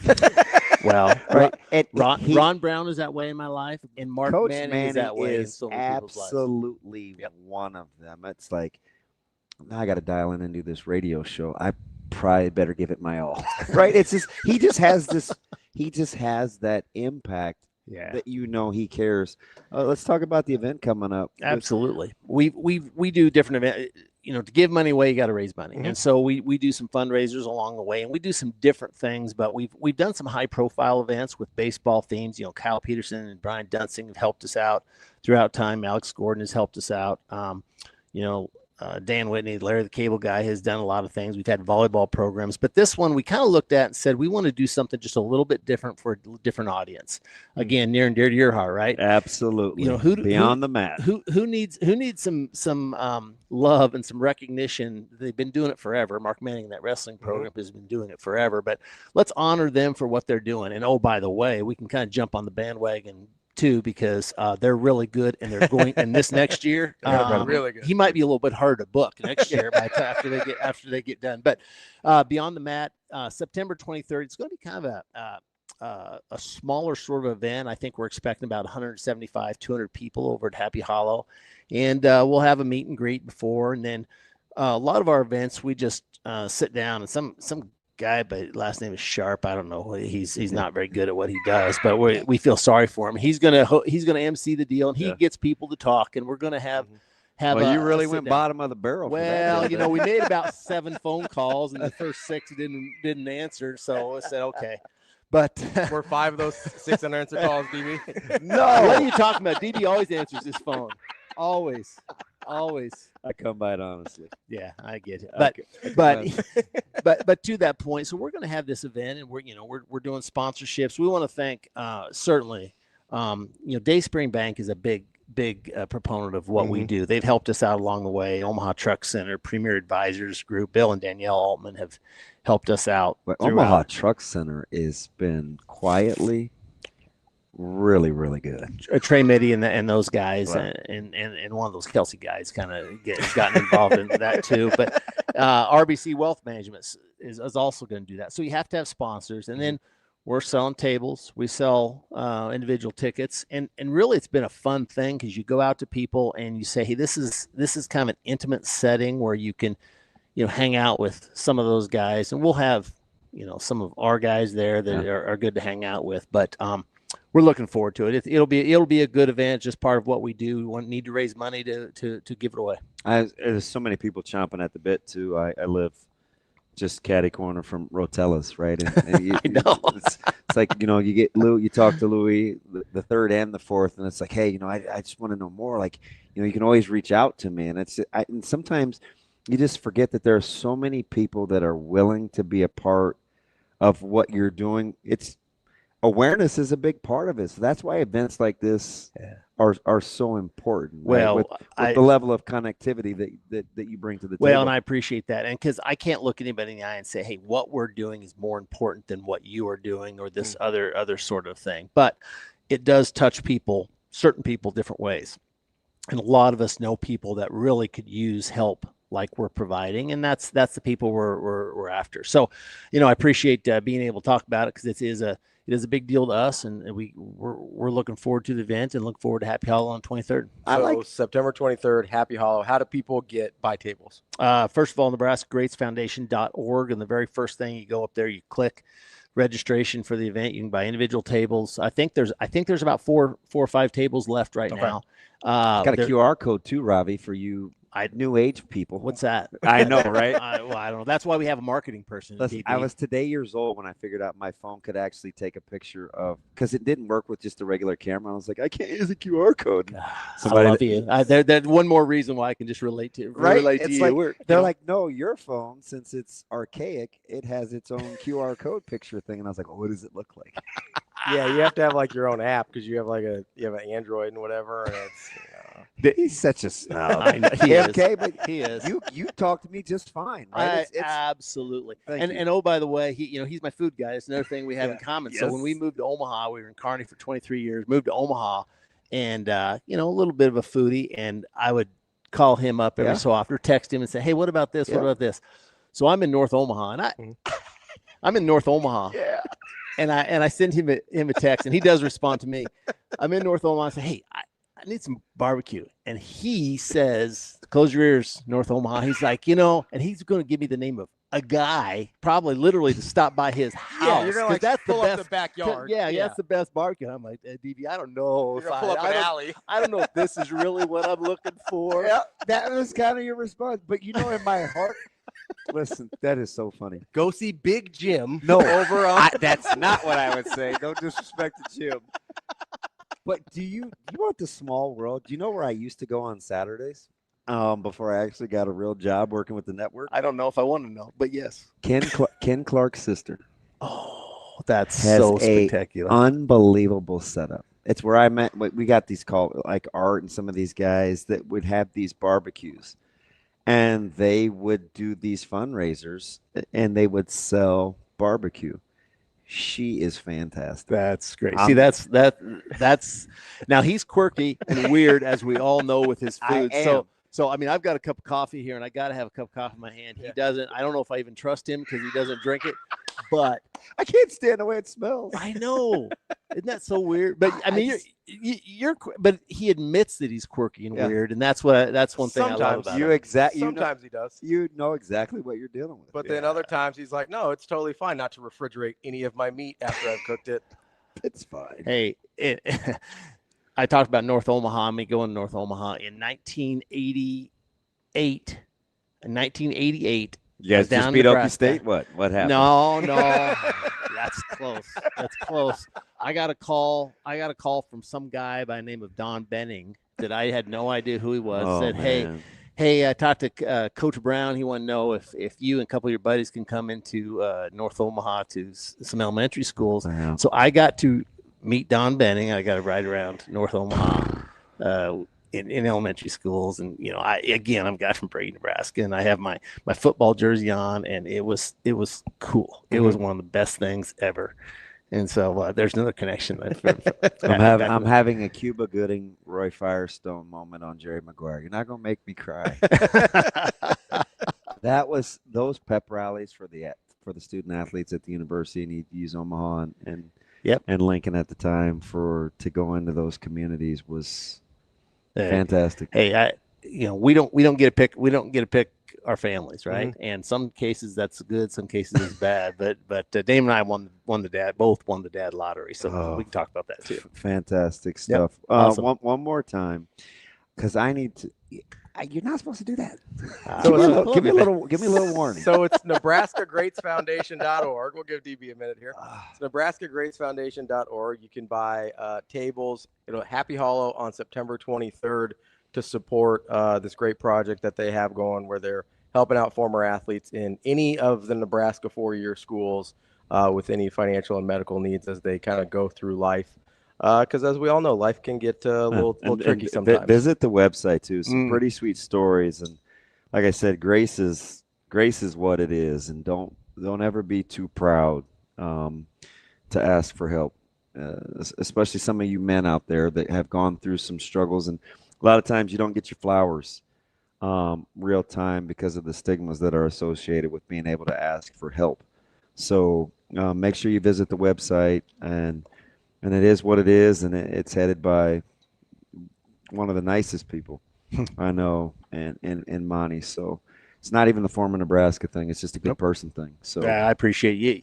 I listen to you guys all the time. You guys are really, really good. I I tell DB this all the time too, and not that he needs any more confidence. I don't know, man. You never know. There's nobody I'd rather listen to analyze and talk about football, especially from a color standpoint. When he got that gig doing the color stuff, I'm like, I'm never a sync the radio to the TV sort of a guy, but all of a sudden I was, because he just gets it. Yeah. He just gets it, and that's a real talent, and I do appreciate guys who are really good at what they do. So thank you guys for letting me come on here and talk about Nebraska Greats. Absolutely, we appreciate the work you're doing, and you mentioned something at the end there where that you and DB kind of, won the dad lottery and you can't pick your family. I think what some of us forget sometimes, especially those of us that are particularly blessed, where it's like, hey, not everybody did win the lottery there. Not everybody did win the lottery with their family, and they don't have that infrastructure to help them out. Can't pick it. Can't pick it. And so you do have these really proud guys that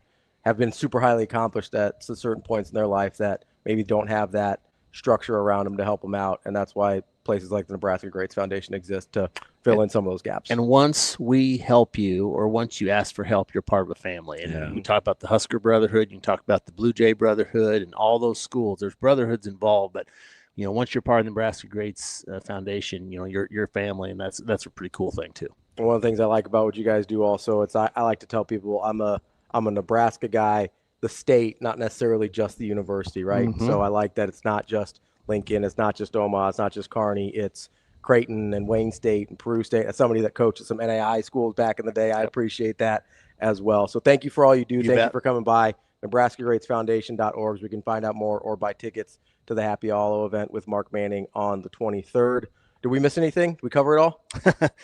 Again, we could cover a lot more stuff, but I think I really appreciate your time.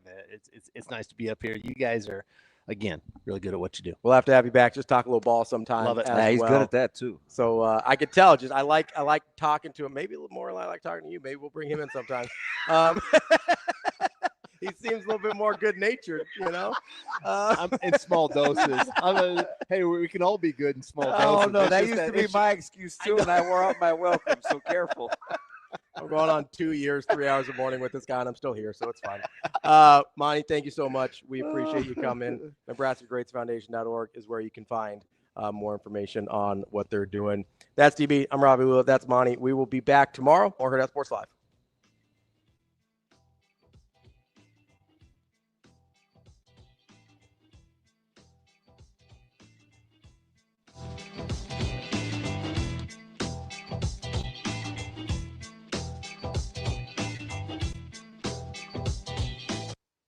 See you. Have a good day. Love you.